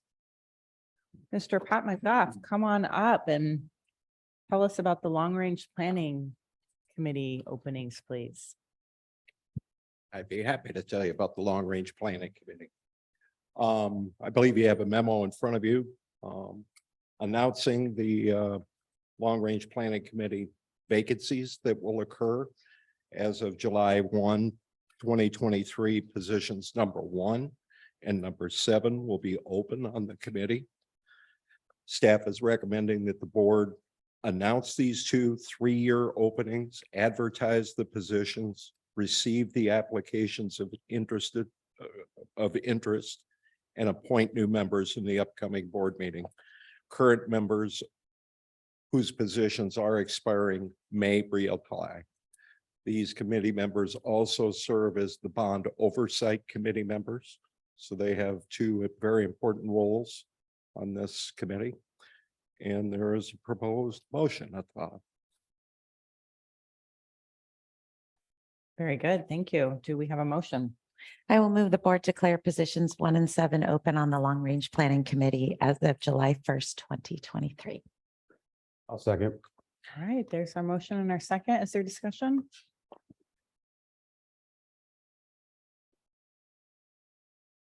Has there been any recommendations that have come in, or is that process not start until? Okay. Oh, as of July 1st. Director Sloop, are you wanting to say something or holding it for the vote? Okay. All right, I think we're ready to vote. Director Sloop. Aye. Director Taylor. Aye. Chair King. Aye. Vice Chair Thompson. Aye. Director Wyatt. Aye. Thank you. Awesome. Thanks. And as I just mentioned, Mhm. the Long Range Planning Committee serves as our bond oversight. So with that, I'd like to introduce Remo Douglas and Kim. Kim is here. All Kim right. Jordan. Great. Thank you, Pat. Hi, Kim. If you don't mind, I would just say, since we have the openings, last time we did the openings, you added some language around more specificity about the position. And our newer members have higher attendance. I don't know if that's a direct correlation. I'm assuming it is. So thank you for doing that. And hopefully the next people, continue that on, because it's important work, but you can't do it if you're not there. So thank you for doing that. The bond oversight I'm doing was from our meeting on April 19th, and it is for Q1 2023. Remo always likes to remind us at our meetings about the fluctuations in the financials. So we'll see wild fluctuations as projects start to close and they finish under budget. And especially this time, it's been a very exciting bond process because of COVID and all our shortages and all that. So it's fun to be here today with only good news. So yay for that. So the investments that were made because of the bonds resulted in overages because of interest earnings. And so that, combined with the 6 million that I reported from last time, creates a balanced budget. So we're able to do all the projects and do them in a way that makes them consistent with this other buildings that we've done. We're not having to do anything, take away some of the optional things. We're able to do a really nice, beautiful set of schools and construction. So that's super exciting. We also were able to, we have a commitment once we sell the bonds to use 85% of the money within the first 36 months. And we're able to do that as well. So there's a lot of success on the financial management side of the bonds. And then because of that balanced budget, I think you might recall, but I had mentioned that some of the facility improvements we had kind of scaled back and said, this is a nice to have now, not urgent. But now that we have that extra interest that we've earned, we can put some of those things back in the plan, which is wonderful. So not only are we getting these beautiful buildings, but we're able to maintain the ones we already have. So I don't want to take too long, but I just want to touch on our 3 main projects, because next time we meet as a committee, it will be July. And hopefully we'll be weeks away from opening 3 major facilities. So that is super exciting and nerve-wracking. So I just want to go through each one really quick and say where we're at, and hopefully we will see each other at the big ribbon cutting of some of those new schools and new structures. So at Wilsonville High School, we were hoping that it would be closer to spring break when it was opening, but that is not the case, but will definitely be open by the end of this school year and up and running for the fall. And there's a couple of pictures. Kurt, do you have the bond report? Okay, that's okay. It's in the packet. Anyway, there's a couple pictures, updated pictures of the Wilsonville High School. And then what we're looking at here is some of the ideas for Frog Pond. So these are what we saw at our meeting. And obviously it's not going to look exactly like this, but these are the ideas. The tree won't be quite as big when we first get started, but it's a nice low 1-story school. And I just love like the idea around the stone and the wood, and some of our newer schools kind of blend in, like at Sunset, how it really blends into its environment. So this is going to be a really beautiful school. And one of the things that some people are excited about, kids included, is not only will the basketball courts be covered, but also some other areas where picnic benches and non-basketball players can stay out of the rain at recess as well. So that's kind of fun. Beautiful library, just like most of our schools have a beautiful library. In this one, there'll be a maker space. So the area in the back with the green walls, behind in there is where there'll be a maker space at a primary school, which will be really fun. And a move that I'm excited to see as well. And I think there's, this is the other part of the library and just kind of showing the common areas. And is there one more? Oh yeah. So this is just the drawing. So I like this one because it's helpful to orient. So the main street is on the bottom. Yeah. Right? Am I oriented right? Yeah. And then up in the right-hand corner will be where we will share that space with City of Wilsonville, and there'll be a park there. So it'll be adjacent to the school. And the where the cursor is, those are all going to be the buildings. And then the kind of lily pad looking area at the top is going to be the play structure. And it's not called Frog Pond officially yet, but that's what we all call it. So it's kind of some fun play on maybe Frog Pond or whatever it ends up getting named. But really beautiful school with the kind of that swale and the greenery and, you know, adjacent to the park, yet in a neighborhood that serves the kids that live there, you know, walkability and all the things that we love about our neighborhood schools. So I'm super excited about that project. And then there's just one more, which is the Dollar Street School. And if you've driven along there, things are happening. And it's there's some really beautiful stonework that's gone up on the side.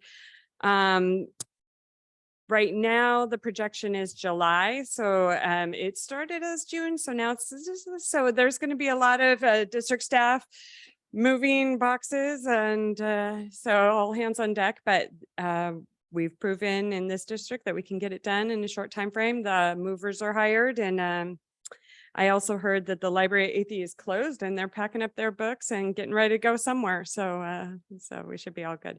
But that school is just coming along beautifully. So there's a lot of road construction that will happen and needs to happen. I live in that neighborhood, so I'm a little less excited about that part, but it'll be good when it's all done. So yeah, short and sweet today. If you have any questions, I'm happy to answer.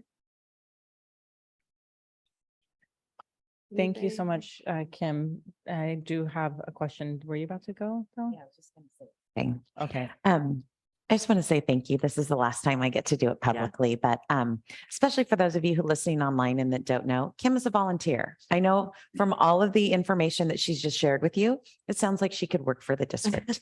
She does not. She's a volunteer. And so I just want to highlight all of the years that you have given and all of the time that you give. And you treat this just, you know, your volunteer work just like it is a job. And I'm grateful that we also have you employed in our schools. So anyway, I just want to say thank you. And just for the cheerfulness with which you do this, the willingness to get involved, and for the high standard. You've been on the long range planning committee the longest, I believe. How many years have you served? 6 years. 6 years. For those of you who did not hear that. And I believe that your committeeship set the bar for everybody else to kind of, you're the reason that the committee now, each committee member adopts a project, and, you know, that there are higher standards on that committee. So thank you. Thank you. Yeah. Okay. What Christy said. No, I have a question for you. Well, first, just an acknowledgement. Thank you for the feedback about how we added the language. And also, I think you didn't Remo, did you change how the meetings, or Pat, you changed how the meetings were done, right? So the meetings were on site. I think that probably had something to do with it as well. Yes. Yeah. There's a little more ownership, I think, because of that, like the project adoptions, but also seeing it in person makes such a big difference. And you can actually feel like the personal investment as well. So that's Mhm. probably It's a good an idea. addition.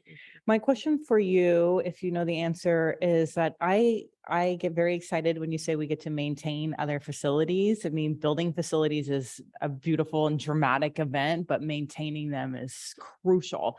So my question is, what maintenance events did we add to the docket? I'm not sure if it's in this, but there's quite a lengthy list, but we've closed out so many of them now. It should be on the last page of your board report. But some of them in particular were the security upgrades, and that's, as you know, near and dear to my heart. But also some HVAC stuff, putting on a new roof on one of the schools, those types of projects, keeping them up to date. But I think the security thing would be considered the largest one in the facility improvements. Yeah, that's the largest work that's going to be happening outside those major projects this summer. There are a number of other small projects, and over the course of this summer, we're going to be picking out which ones will be happening in summer of 24 and launching those designs this fall. But I don't have the list on me at the moment. That's it. That's all I have. Okay. Anyone else? Okay, Thank very you. good. Thank you, Kim. Yeah, just a brief note. We are very excited about the progress at Dollar Street. We are confident in moving in there smoothly this summer. It will be a big deal, a large logistical challenge, but we have the right folks on that project. The contractor began painting inside last week. Much of the siding and exterior is in place. And we're actually doing a tour with the Athey Creek staff tomorrow afternoon after school. They have been working diligently in packing their existing spaces. And so we're looking forward to an exciting time tomorrow afternoon to get to show them where they're going to be and really make that strong push of getting packed up and finishing the last year at the Moreland Road campus strong. And then moving into the summer and an exciting fall at the new school. And of course, Riverside, as soon as we move all those folks out in the 3 days after students leave, we move into to finishing the Riverside project and getting that team moved in. So it'll be an exciting summer, but we're ready for it. We've planned the work and now it's just working the plan. Thank you. I believe in you. I attended an event in the new Performing Arts Center on Tuesday. So I don't know if you knew that, Kim, but there was an event in there. It was lovely. So well done. Okay, I think we're moving on to Dr. Spencer Iams and a couple of board policies for us.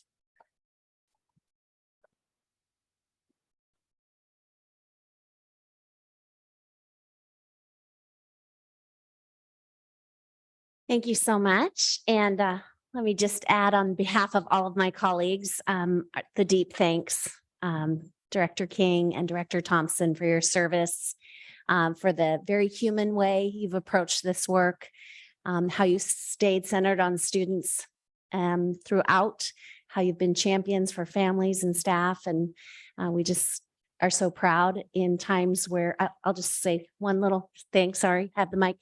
I went to an event that was not run by the school district, but the two of you together worked with the Oregon Humanities Project about how do we listen and come together as community. And it was a really meaningful event. And it's an example of the way that you've led. Thank you so much for that. So what I'm bringing to you tonight are a few small changes that are actually pretty important to two policies that have to do with personal electronic devices for both staff and for students. And you have memos that we've written about them. I just would summarize by saying a lot has changed, as you said, from 2016 in some of the ways that folks communicate. And it was time for us to update these policies. And we believe these updates allow us to encourage more effective and more safe communication and to support students being able to be more present in learning environments. And even though policies are sort of at this level, these changes in the policy will allow us to, at the school or building level, to make some additional changes that might just help us do an even better job around helping make sure students are present in the learning environments. One thing I did not include in my memo because it wasn't done at that time, but I can assure you now is that our counsel, our attorneys from Miller Nash reviewed these changes and were fully in support of them. All right, very good. And there are two different policies that we're looking at. And so I assume we'll be tackling them one at a time. So we'll start with GCAB.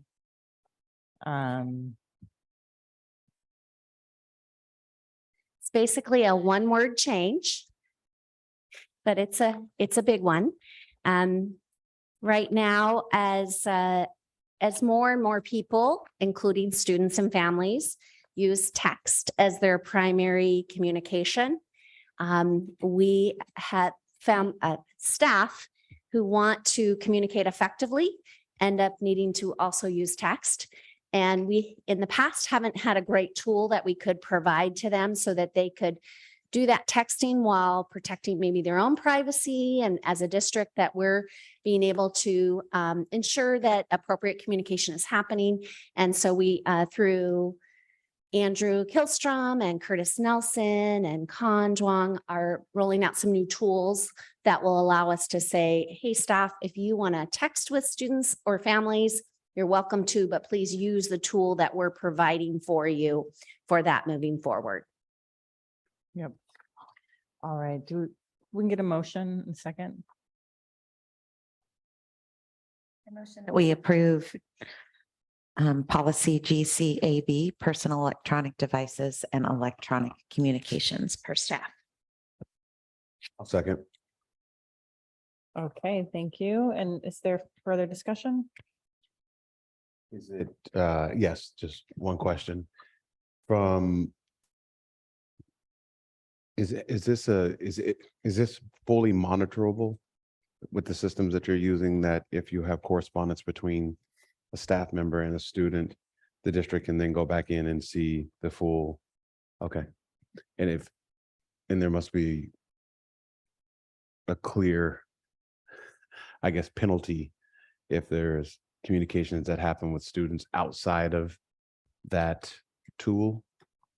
Well, by changing the word in this policy from should use district must. provided to must use district provided, that will allow us to hold some accountability for staff with that. Gotcha.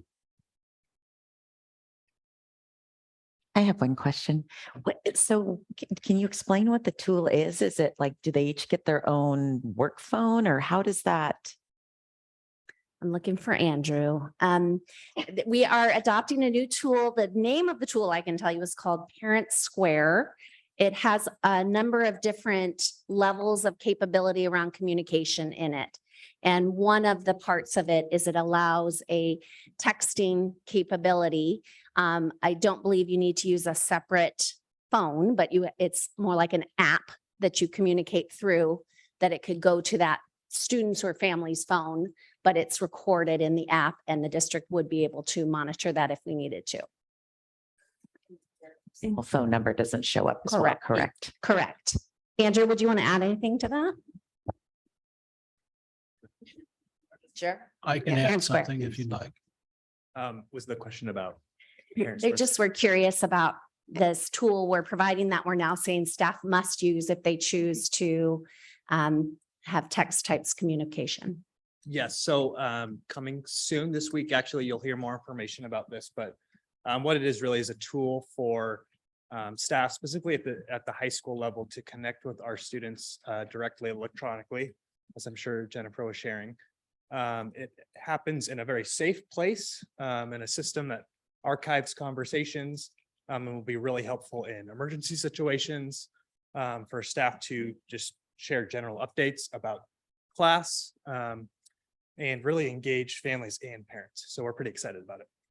One of the things that's been really important with Maria Horton's work at the Family Empowerment Center is how clear it is that many families really text is the only form of communication that many of them are responding to. So us continuing to send things only through email is not reaching all of our families. So we're really grateful that Kurt, Con, Andrew all work together to get us a new tool that's going to work well, where we can meet people where they are in terms of communication. Yeah, it will allow families to select how they receive information, to Jennifer's point. So if they're a family that would prefer those text message updates, they can select that method of delivery. They can select when and how they receive information. And then I think the feature we're probably most excited about is it will automatically translate any information we send to the preferred language of the family. And then they can actually two-way communicate back and translate back to English so that we can electronically connect with all of our families regardless of language that way. That's exciting. And one more question. So will our staff be able to access that whether or not they're at home or in the school building? They can access. Oh, perfect. It's a web-based system. So okay. Yes.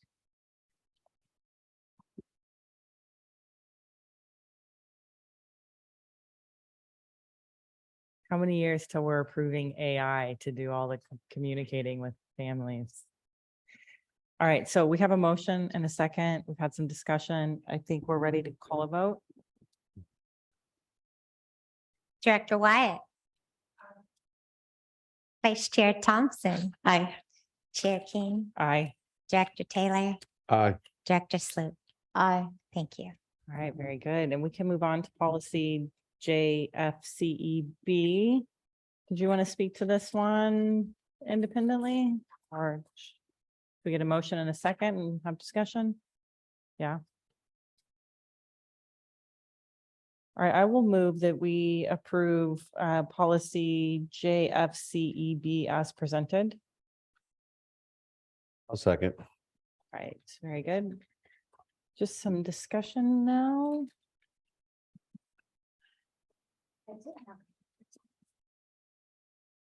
I did have a question about in paragraph 4. And so it says, I think the second sentence down, devices which have the capability to take photographs or record video or audio shall not be used for such purposes while on district property or while a student is engaged in district sponsored activities unless is expressly authorized in advance by the principal or designee. So does that mean students like who are at a football game or at a basketball game or a volleyball game, they can't take pictures on their phones without principal? Yeah, I just wanted that explained a little bit. Yeah, thank you. So that's our current language. So that's what our current policy says.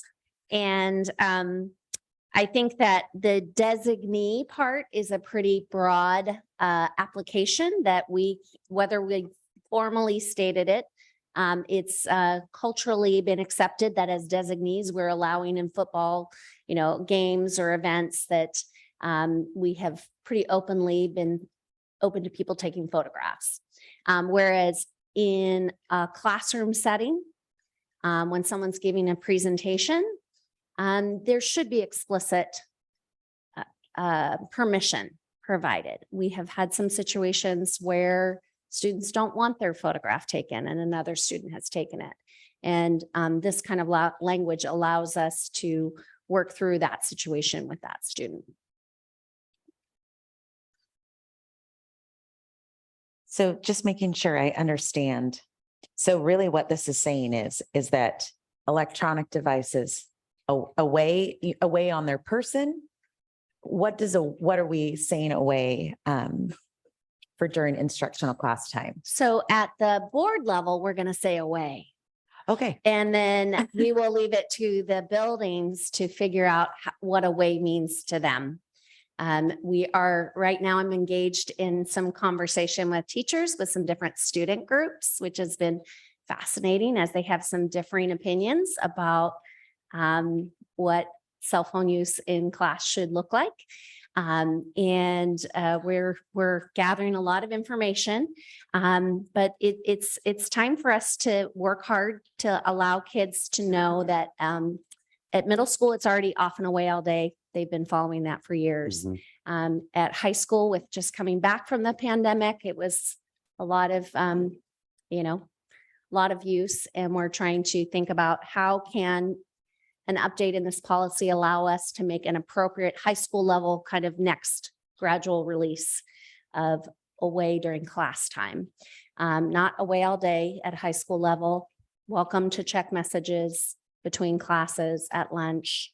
But during class time, our teachers are asking us to have a more consistent approach to that. So that's what we're going to be working on, helping everyone understand the why and working on that moving forward. But we want with this policy for it to be clear enough, but also at a high enough level that the principals can work out the logistics of what that away means. Well, as someone who had the privilege of teaching back in the 90s when there weren't cell phones, I'm 100% for this because I have often thought of our teachers these days having to compete against that cell phone. So that's all I have to say. We're just waiting to vote. Are you about to say something? No, I'm just waiting to Okay, vote. all right. I read nonverbals back here. Right.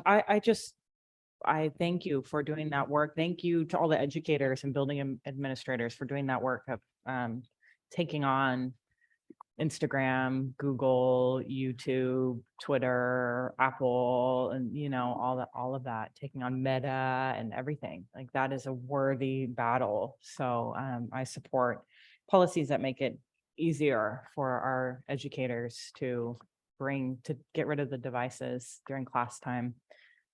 So I'll be voting in favor. All right, I think we're ready to vote. Director Wyatt, Aye. Vice Chair Thompson, Aye. Chair King. Aye. I'm sorry, it's the last time that they're going to vote on anything. Yeah. Director Taylor, Aye. Director Sloop. Aye. Thank you.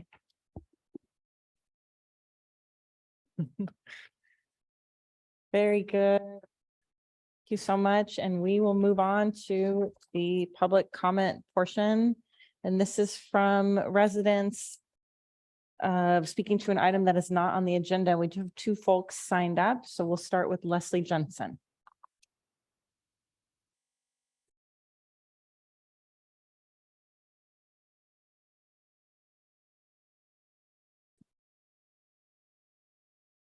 My name is Leslie Jensen, and I'm a resident of Wilsonville.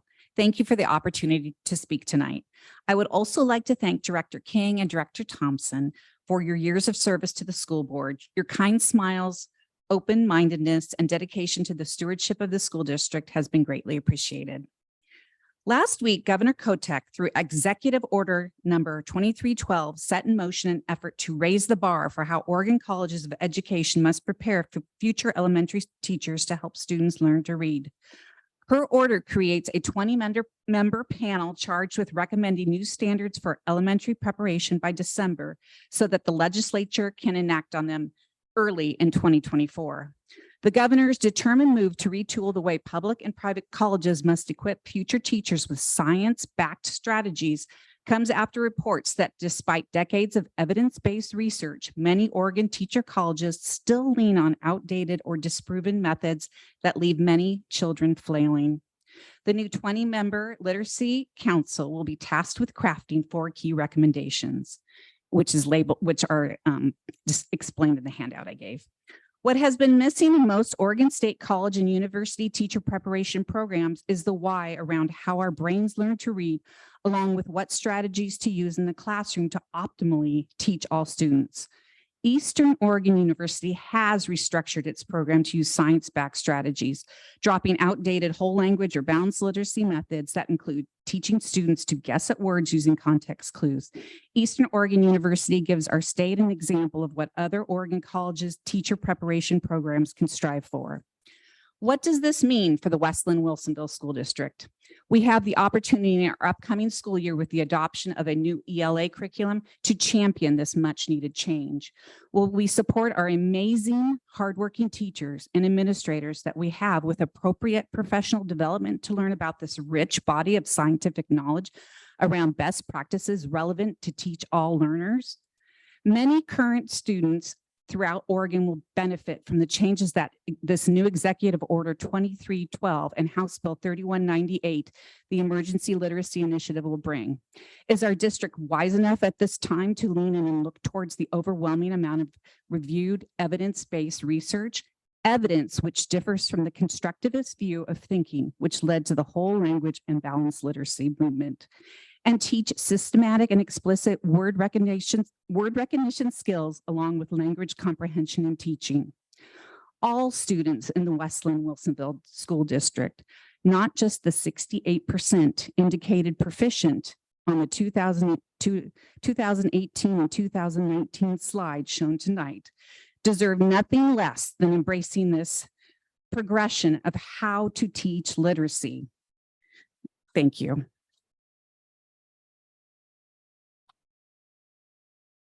And Becca, are you here? Here you are. Hi, come on up.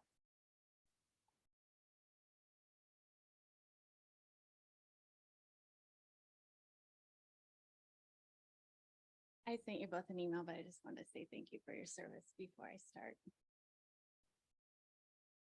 My name is Becca Puskas. I have 3 kids in the district. This is the time of year that parents are receiving the results of the Ames Web Dyslexia Screener.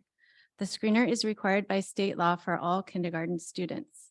My twin boys were in the very first class that was required to be screened 5 years ago. The Ames Web result we received for both boys said their early literacy composite was well below average. Their risk level was high. Both reports stated student would benefit from intensive intervention. Both of my boys were in the red. I also received a letter with each assessment describing next steps. According to the letters, only one of my boys was to receive more intensive instruction in the classroom. The letter did not describe what the intervention was, how much would be given, or how progress would be tracked. The responsibility to design and provide the intervention seemed to be entirely on the shoulders of the first grade teacher. And since my kids are in the dual language program, it was all in Spanish. Given the limited response we were seeing at the school, we did not want to leave anything to chance. We sought out private tutoring, and both boys have received 2 hours of structured literacy tutoring every week since the beginning of first grade. The tutor started off by helping them build a strong foundation with their letters and sounds, and then moved into phonics. The tutor used decodable books. My boys started reading, and they continue to improve. I could not be prouder of their perseverance and their hard work. We now know that both boys have dyslexia. One of my sons, after watching the Right to Read film, recently shared something very powerful with me. He said, when I was in first grade, I was really frustrated. My friends were reading chapter books, and I couldn't even read a sentence. I felt like I was running a race and my legs were cut off. Everyone else had the advantage. My question for you is this: why, when we have the data that shows a clear need, should we let any child feel this way for even 1 second longer than we have to? Why should kids like mine, whose parents can afford private tutoring, be the only ones who benefit from structured literacy? Structured literacy works, and you don't have to take my word for it. The state of Mississippi, as the handouts show you, has used structured literacy in an aggressive, data-driven approach to drastically improve reading rates across all demographics. The New York City schools, the largest district in the country, recently decided to abandon balanced literacy and require curriculum that is anchored in the science of reading. Here in Oregon, our governor is driving change with the focus on the science and reading, and our state legislature is poised to approve substantial new funding to back this up. My kids have had fantastic teachers that have done everything in their power to serve their needs, but our teachers need more effective curriculum, training, and support. What I am waiting for is to see our school district jump onto this tidal wave of change. West Linn-Wilsonville is excellent at so many things, and it is time to be excellent at literacy too. Thank you.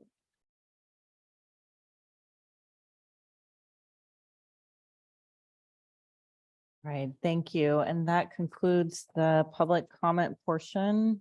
We don't have another clipboard. Yeah, come on up. Will you add your name to the list, please?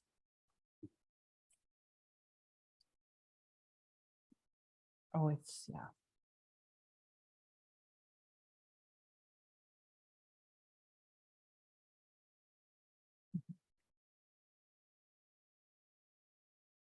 Hi, my name is Kara Clark, and I didn't prepare anything today, but I really wanted to take a moment and talk about leadership and some of my fears of what's happening right now. Just watching the slideshow earlier, I was disturbed because of the fact that it takes really strong people, and I know that we have a very strong community and a strong leadership team. However, the world is changing, the country is changing, the dialogue is changing, our knowledge is changing. We know what real reading is. We know how to teach it. This movement is coming to our state. Our state is so far behind and it's slow, but other states have taken initiative and are moving faster than we are. And us as leaders should be also leading the way. If we're this great school district, then we should be the ones starting this. We should be the ones who are the champions of this movement. And then on these slides, we're saying that high quality curriculum is Fontes and Pinnell. It's not acceptable. We need to be looking at this information as leaders. We need to be looking at the research and leading the way. And it's disturbing to me to hear this when we've been talking as a community and trying to get our voices heard and have real dialogue. And to have this presented after we've been talking about this for months, it's heartbreaking. We need to see where we're going. We need strong leadership to be leading the rest of the state, to be leading these kids into success. These kids deserve successful outcomes of what they can do without having to pay. So we look at this and yes, we are actually one of the best districts, but I know a lot of parents are paying out of their pocket. I am paying out of my pocket. And is it a hardship? I am not wealthy and I'm doing everything for my kids like every other parent in this district is. We need to be looking at this seriously. And that message is hurting our community. I can't watch this anymore until this district says we are a structured literacy district. We need to acknowledge it. We need to be strong enough to look at the things that did not work and make changes. Because that's what we can be. So let's choose to do the right thing and do what we can do for these kids. It's about these kids. And that was hurtful to these dyslexic parents, to every parent, to hear that again and again. When are we going to acknowledge when we're hiring teachers and literacy coaches, but we're not hiring to be structured literacy district, we're hiring them in a balanced literacy district, which means you need to be trained in what we already have. Let's make the change and let's just acknowledge it. New York City Chancellor said it was their responsibility and they did wrong by not adopting structural literacy. We can do it too. Thank you.